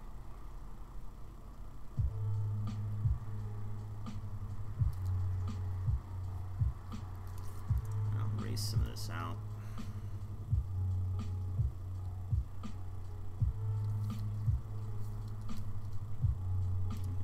Transfer to the eraser, sort of shape out some of these lines a little bit cleaner. A lot of times when I draw in Photoshop, I like to use like a hard round, turn it into a sort of like a chisel or an oval, flat shape, and about 7 pixels or smaller. And then add in on the brush options something like some shape dynamics. You can get a nice tapered brush, like ink sketch brush or something.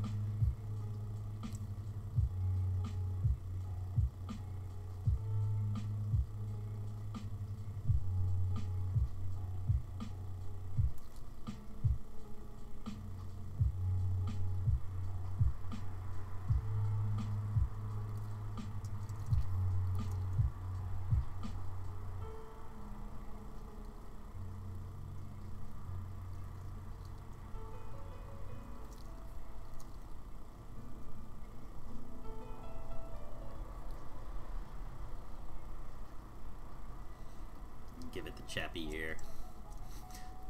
Something like that.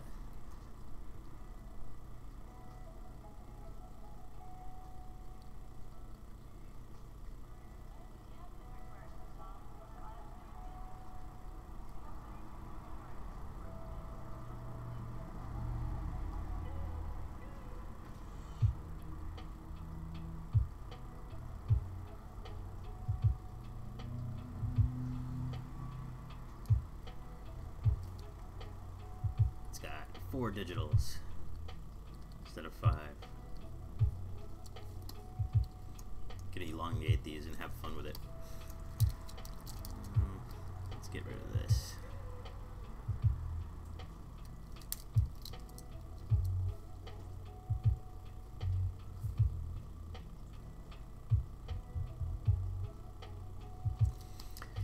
Then I might put a layer in between that, and one on top. I'll call this, say, for example, a cleanup. And I would dim this down and do like a redraw. And in this bottom layer down here, I'll take and just do like some nice gray fill, just so that I can understand how the silhouette is playing out, rather. Right about there.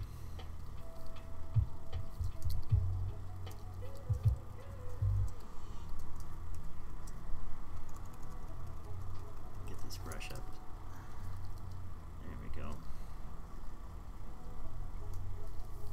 Come in and do some painting, yeah? You could do the same by just adding a lasso if you didn't want to brush everything in with strokes. I'm holding the Alt key down just to affect a sort of polygonal selection tool in Photoshop. I'm just doing some general grabbing of shapes so I can fill out the silhouette with a gray fill. Kind of always helps me see forms in gray, and then I can add color later. So I'll just fill this. Continue lassoing off some spots. Kind of working from like a dark to lights kind of scenario when I concept out something like this.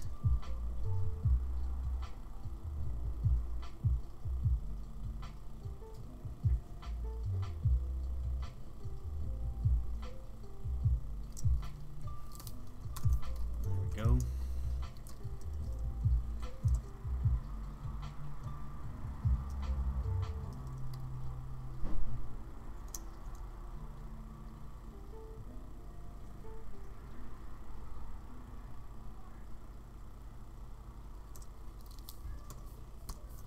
Go.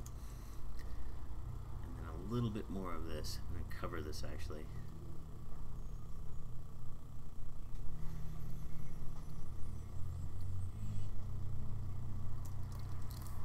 Fill it. Take a small eraser and just grab around those fingers.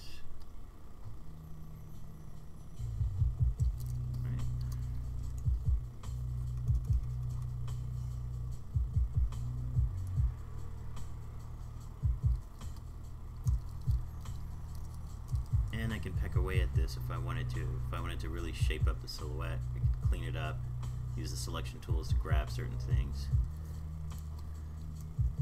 get rid of other spots.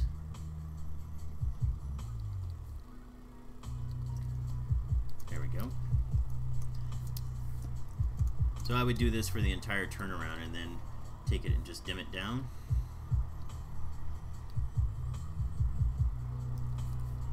And then on a cleanup, turn this rough down even further and do a nice cleanup drawing. So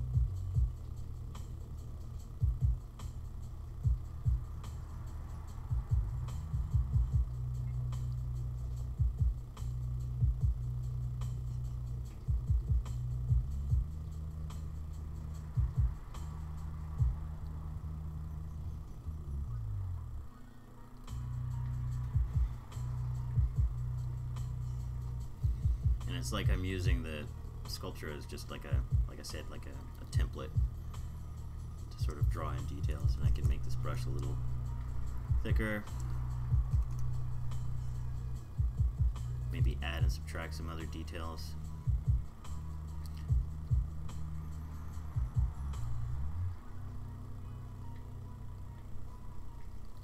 And then the sketch becomes more of like an actual line drawing than a 3D model, but at least I have all of the perspectives, all of the proportions are what I had imagined in 3D translated over to 2D.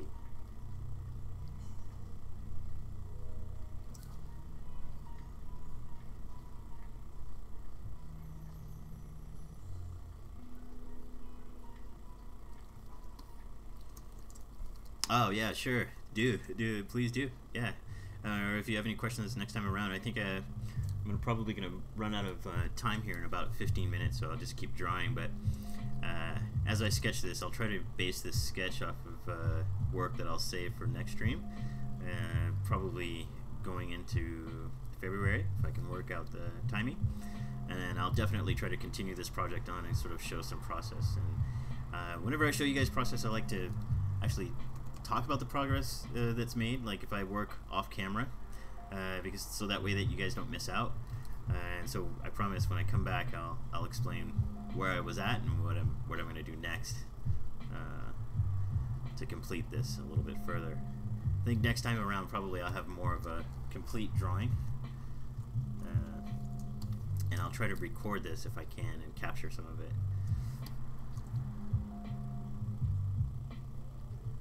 So basically, kind of, it's almost like working off of the principles of construction, which is a lot of what I try to teach students. Building form, thinking of a three-dimensional box, adding and subtractive geometry, almost like you would think of Dynamesh. Dynamesh is totally a study of something like construction, where you can build shapes, and if you were drawing it, you'd be doing about the same thing, and just sort of imagining shapes as they were in your mind as a 2D representation, but actually a 3D object. And so how you sort of base your shapes, you know, in a world space particularly, I guess, would be how you would draw it and lay it out, right? So that's kind of how I'm doing some shape building right about now. A lot of this line I might even reform even, you know, more, because it's just a basic sketch and cleanup. Getting to somewhere which would be a final drawing, I guess.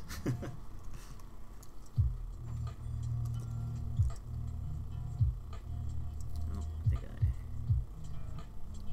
missed my brush accidentally. There we go.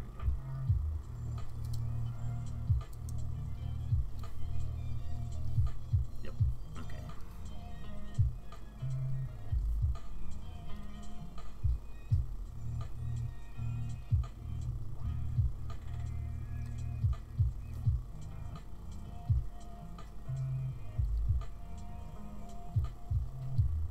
Some folks, you know, they concept using 2D methods, and sometimes they use 3D. I think I come from having done a lot of stuff kind of old school analog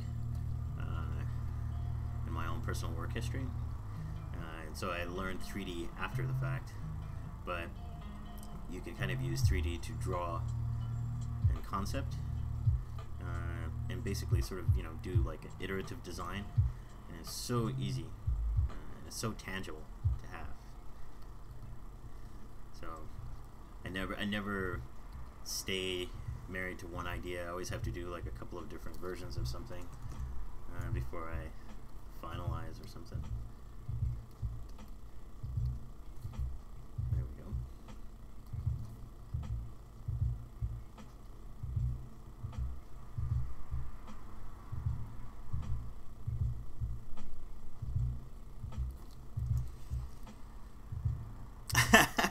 Eating a lot of ramen and practicing. It's been, you know, cold here in LA.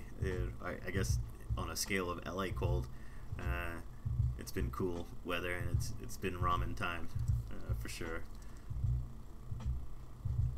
Perhaps if you see my Instagram, it always seems like I'm making ramen. I love ramen, but not just like the cheap stuff that you buy in the store, but like go to the Japanese market or go to a ramen restaurant and actually have like more gourmet ramen sometimes, which I make at home.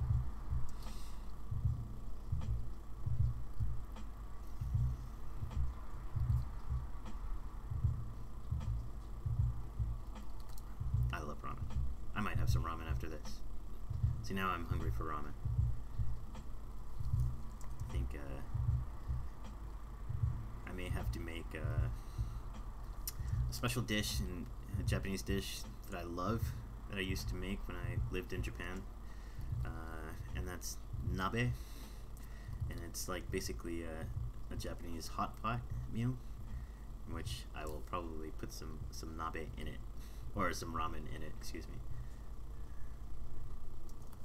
Sometimes people use like udon noodles or like regular ramen noodles,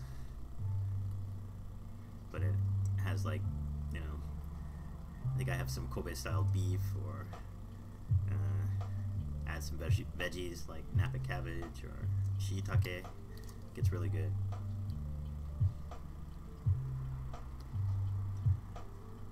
So now that I've found some shapes that I want to work with, I'm just adding in like a sort of reinforced line around it.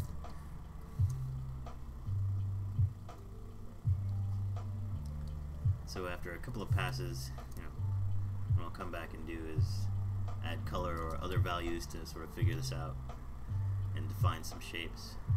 But all having started from a quick SketchUp and ZBrush using Dynamesh.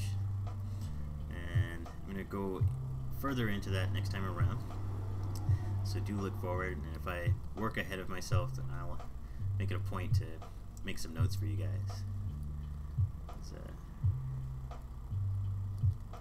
There's some cool detail that can be worked out.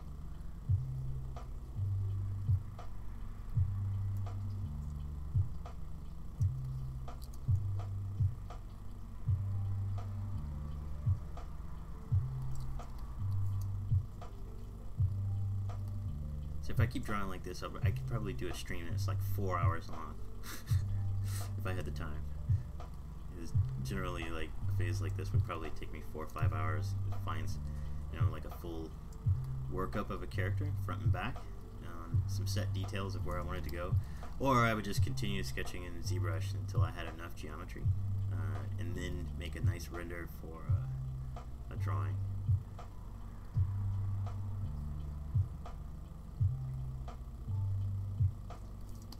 But if you had seen some of previous streams, like the first set of streams that I think I put out, I did some fully inked stuff using the toon shaders. That's always a really good one. But for this time, I just wanted to do something where I had a model. It's just like a basic concept mesh model, and then take and draw line art over it. There's like a sketch, and then get that better honed in.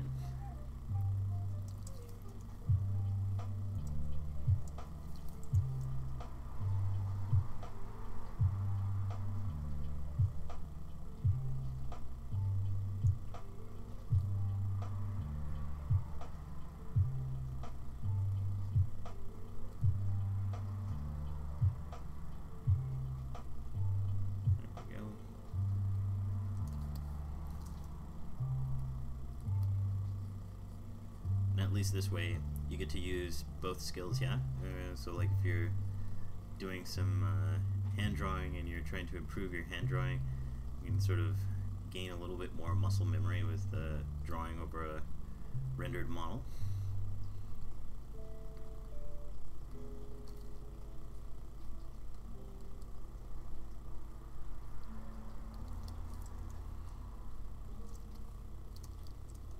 It does need a Japanese sword, doesn't it?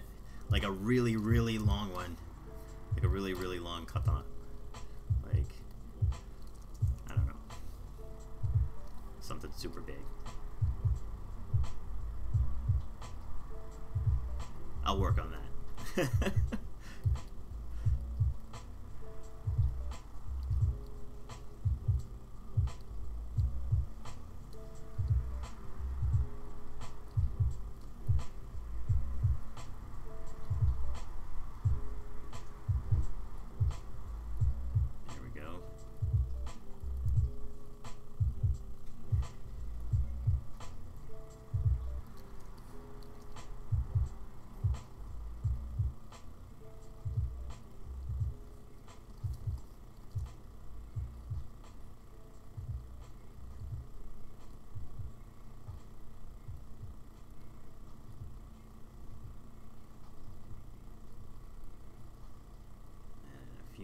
details.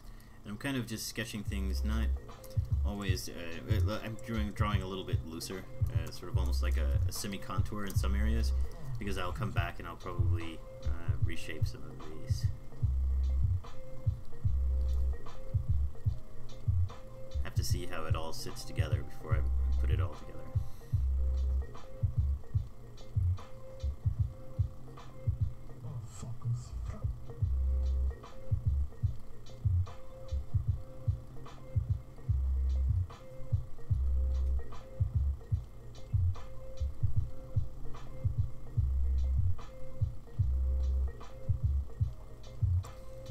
Hey, how goes it? Yoshimitsu Tekken skin. It's kind of pasty, like he looks kind of devilish that way, does he? I'm not sure.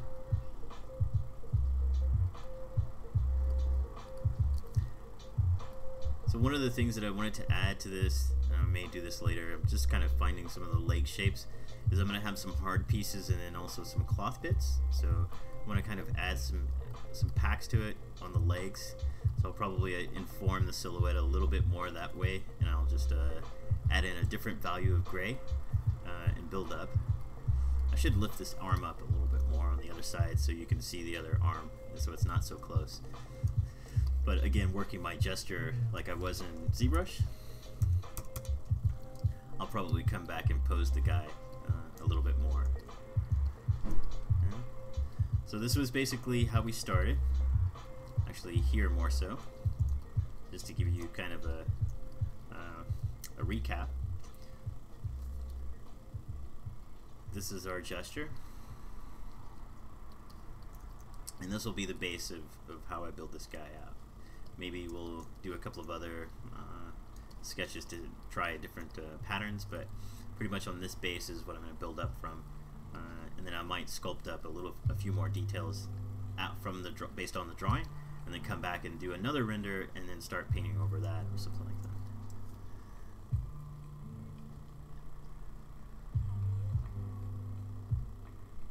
Ooh, my own scenarios. My own scenarios, when I do a lot of drawing stuff, I mean, a lot of stuff inspires me. Like I watch, action movies, cult noir movies. I'll turn around and watch, like old kung fu movies from like the late 70s, early to mid 70s, like old Bruce Lee stuff, and then I'll turn around and I'll watch like 80s stuff, like Running Man, or and then jump to modern stuff, like Elysium or Blade Runner or something like that. So I sort of work in a mix, I guess. Whatever I watch or whatever I'm experiencing, I try to incorporate that a lot into my informed shape language, I guess. And then, of course, get out, look at art, interact with people. These are always things that are going to influence some storylines of what you have as far as an idea. Go out into the world, live, come back, take that experience and start drawing. That's what I always say.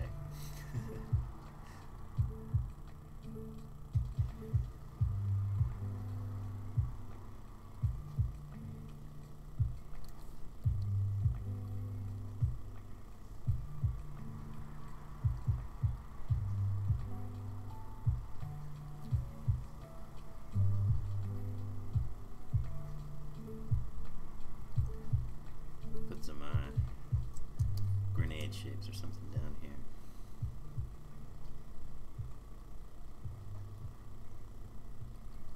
There we go. And I'll just keep out roughing and creating this up. I think I'm going to run out of time before I get for too long, but this is probably like the start of where I begin doing an illustration as far as line work, based off of a ZBrush model. So just to give you sort of a primer, I wanted to start and go in this direction. And next time around, when I come back, I'm going to build this up, and we're going to do another drawing a little bit more complicated. So any lasting questions anybody have before I skip off? I always enjoy taking a few questions before I get going with something.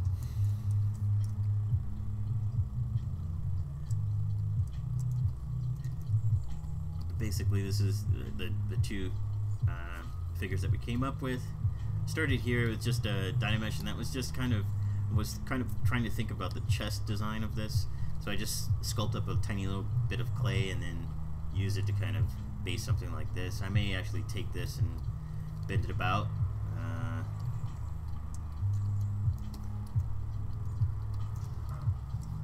Take an alt click on, whoops, this guy, showing this guy, and then I can just push and pull right over the mesh. There we go.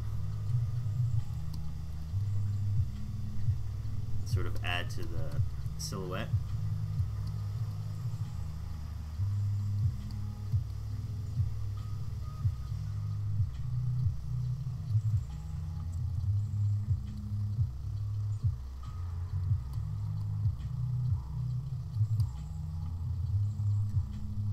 Yet again change shapes or whatnot. I thought about actually having something like a tactical panel vest over this guy, so maybe I might just build up some mass over him, keep his pudgy belly, and, thank you, I appreciate it. I really enjoyed working on it for you guys. It was something I've been meaning to try, is actually building out an entire environment scene in ZBrush, and how I might go about it.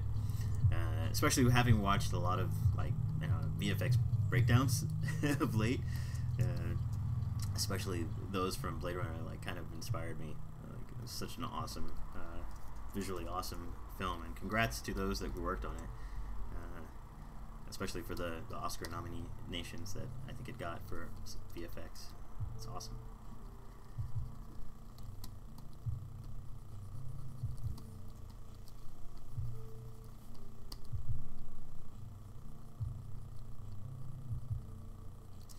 Use trim dynamic here, actually kind of mash this down.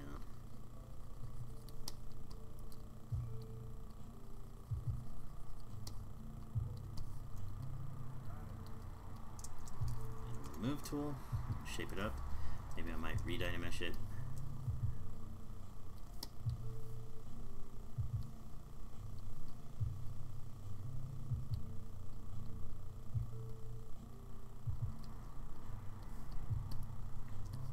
And you can kind of toy with your gesture this way. Oh, Alexa, stop. Apologies for the alarm. Okay, so we're gonna start on something like this, and next time around, hopefully we'll have a few more parts, and I'll show you how I go through my process. Guys, have yourselves a good weekend. Thanks for joining me in stream once again. Thanks to Pixelogic for hosting these videos and streams on Twitch and also on YouTube. You guys can always look me up as Tony Coro on Instagram and also on ArtStation. Every once in a while, sometimes I post some extra things there, as well as Facebook.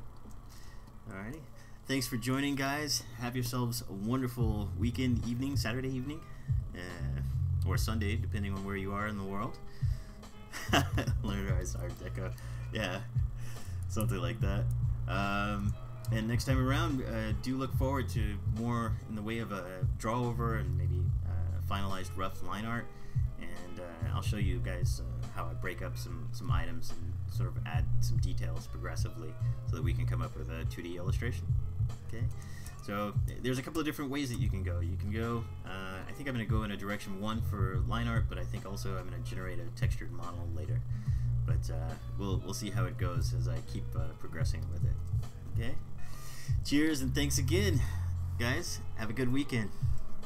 Bye.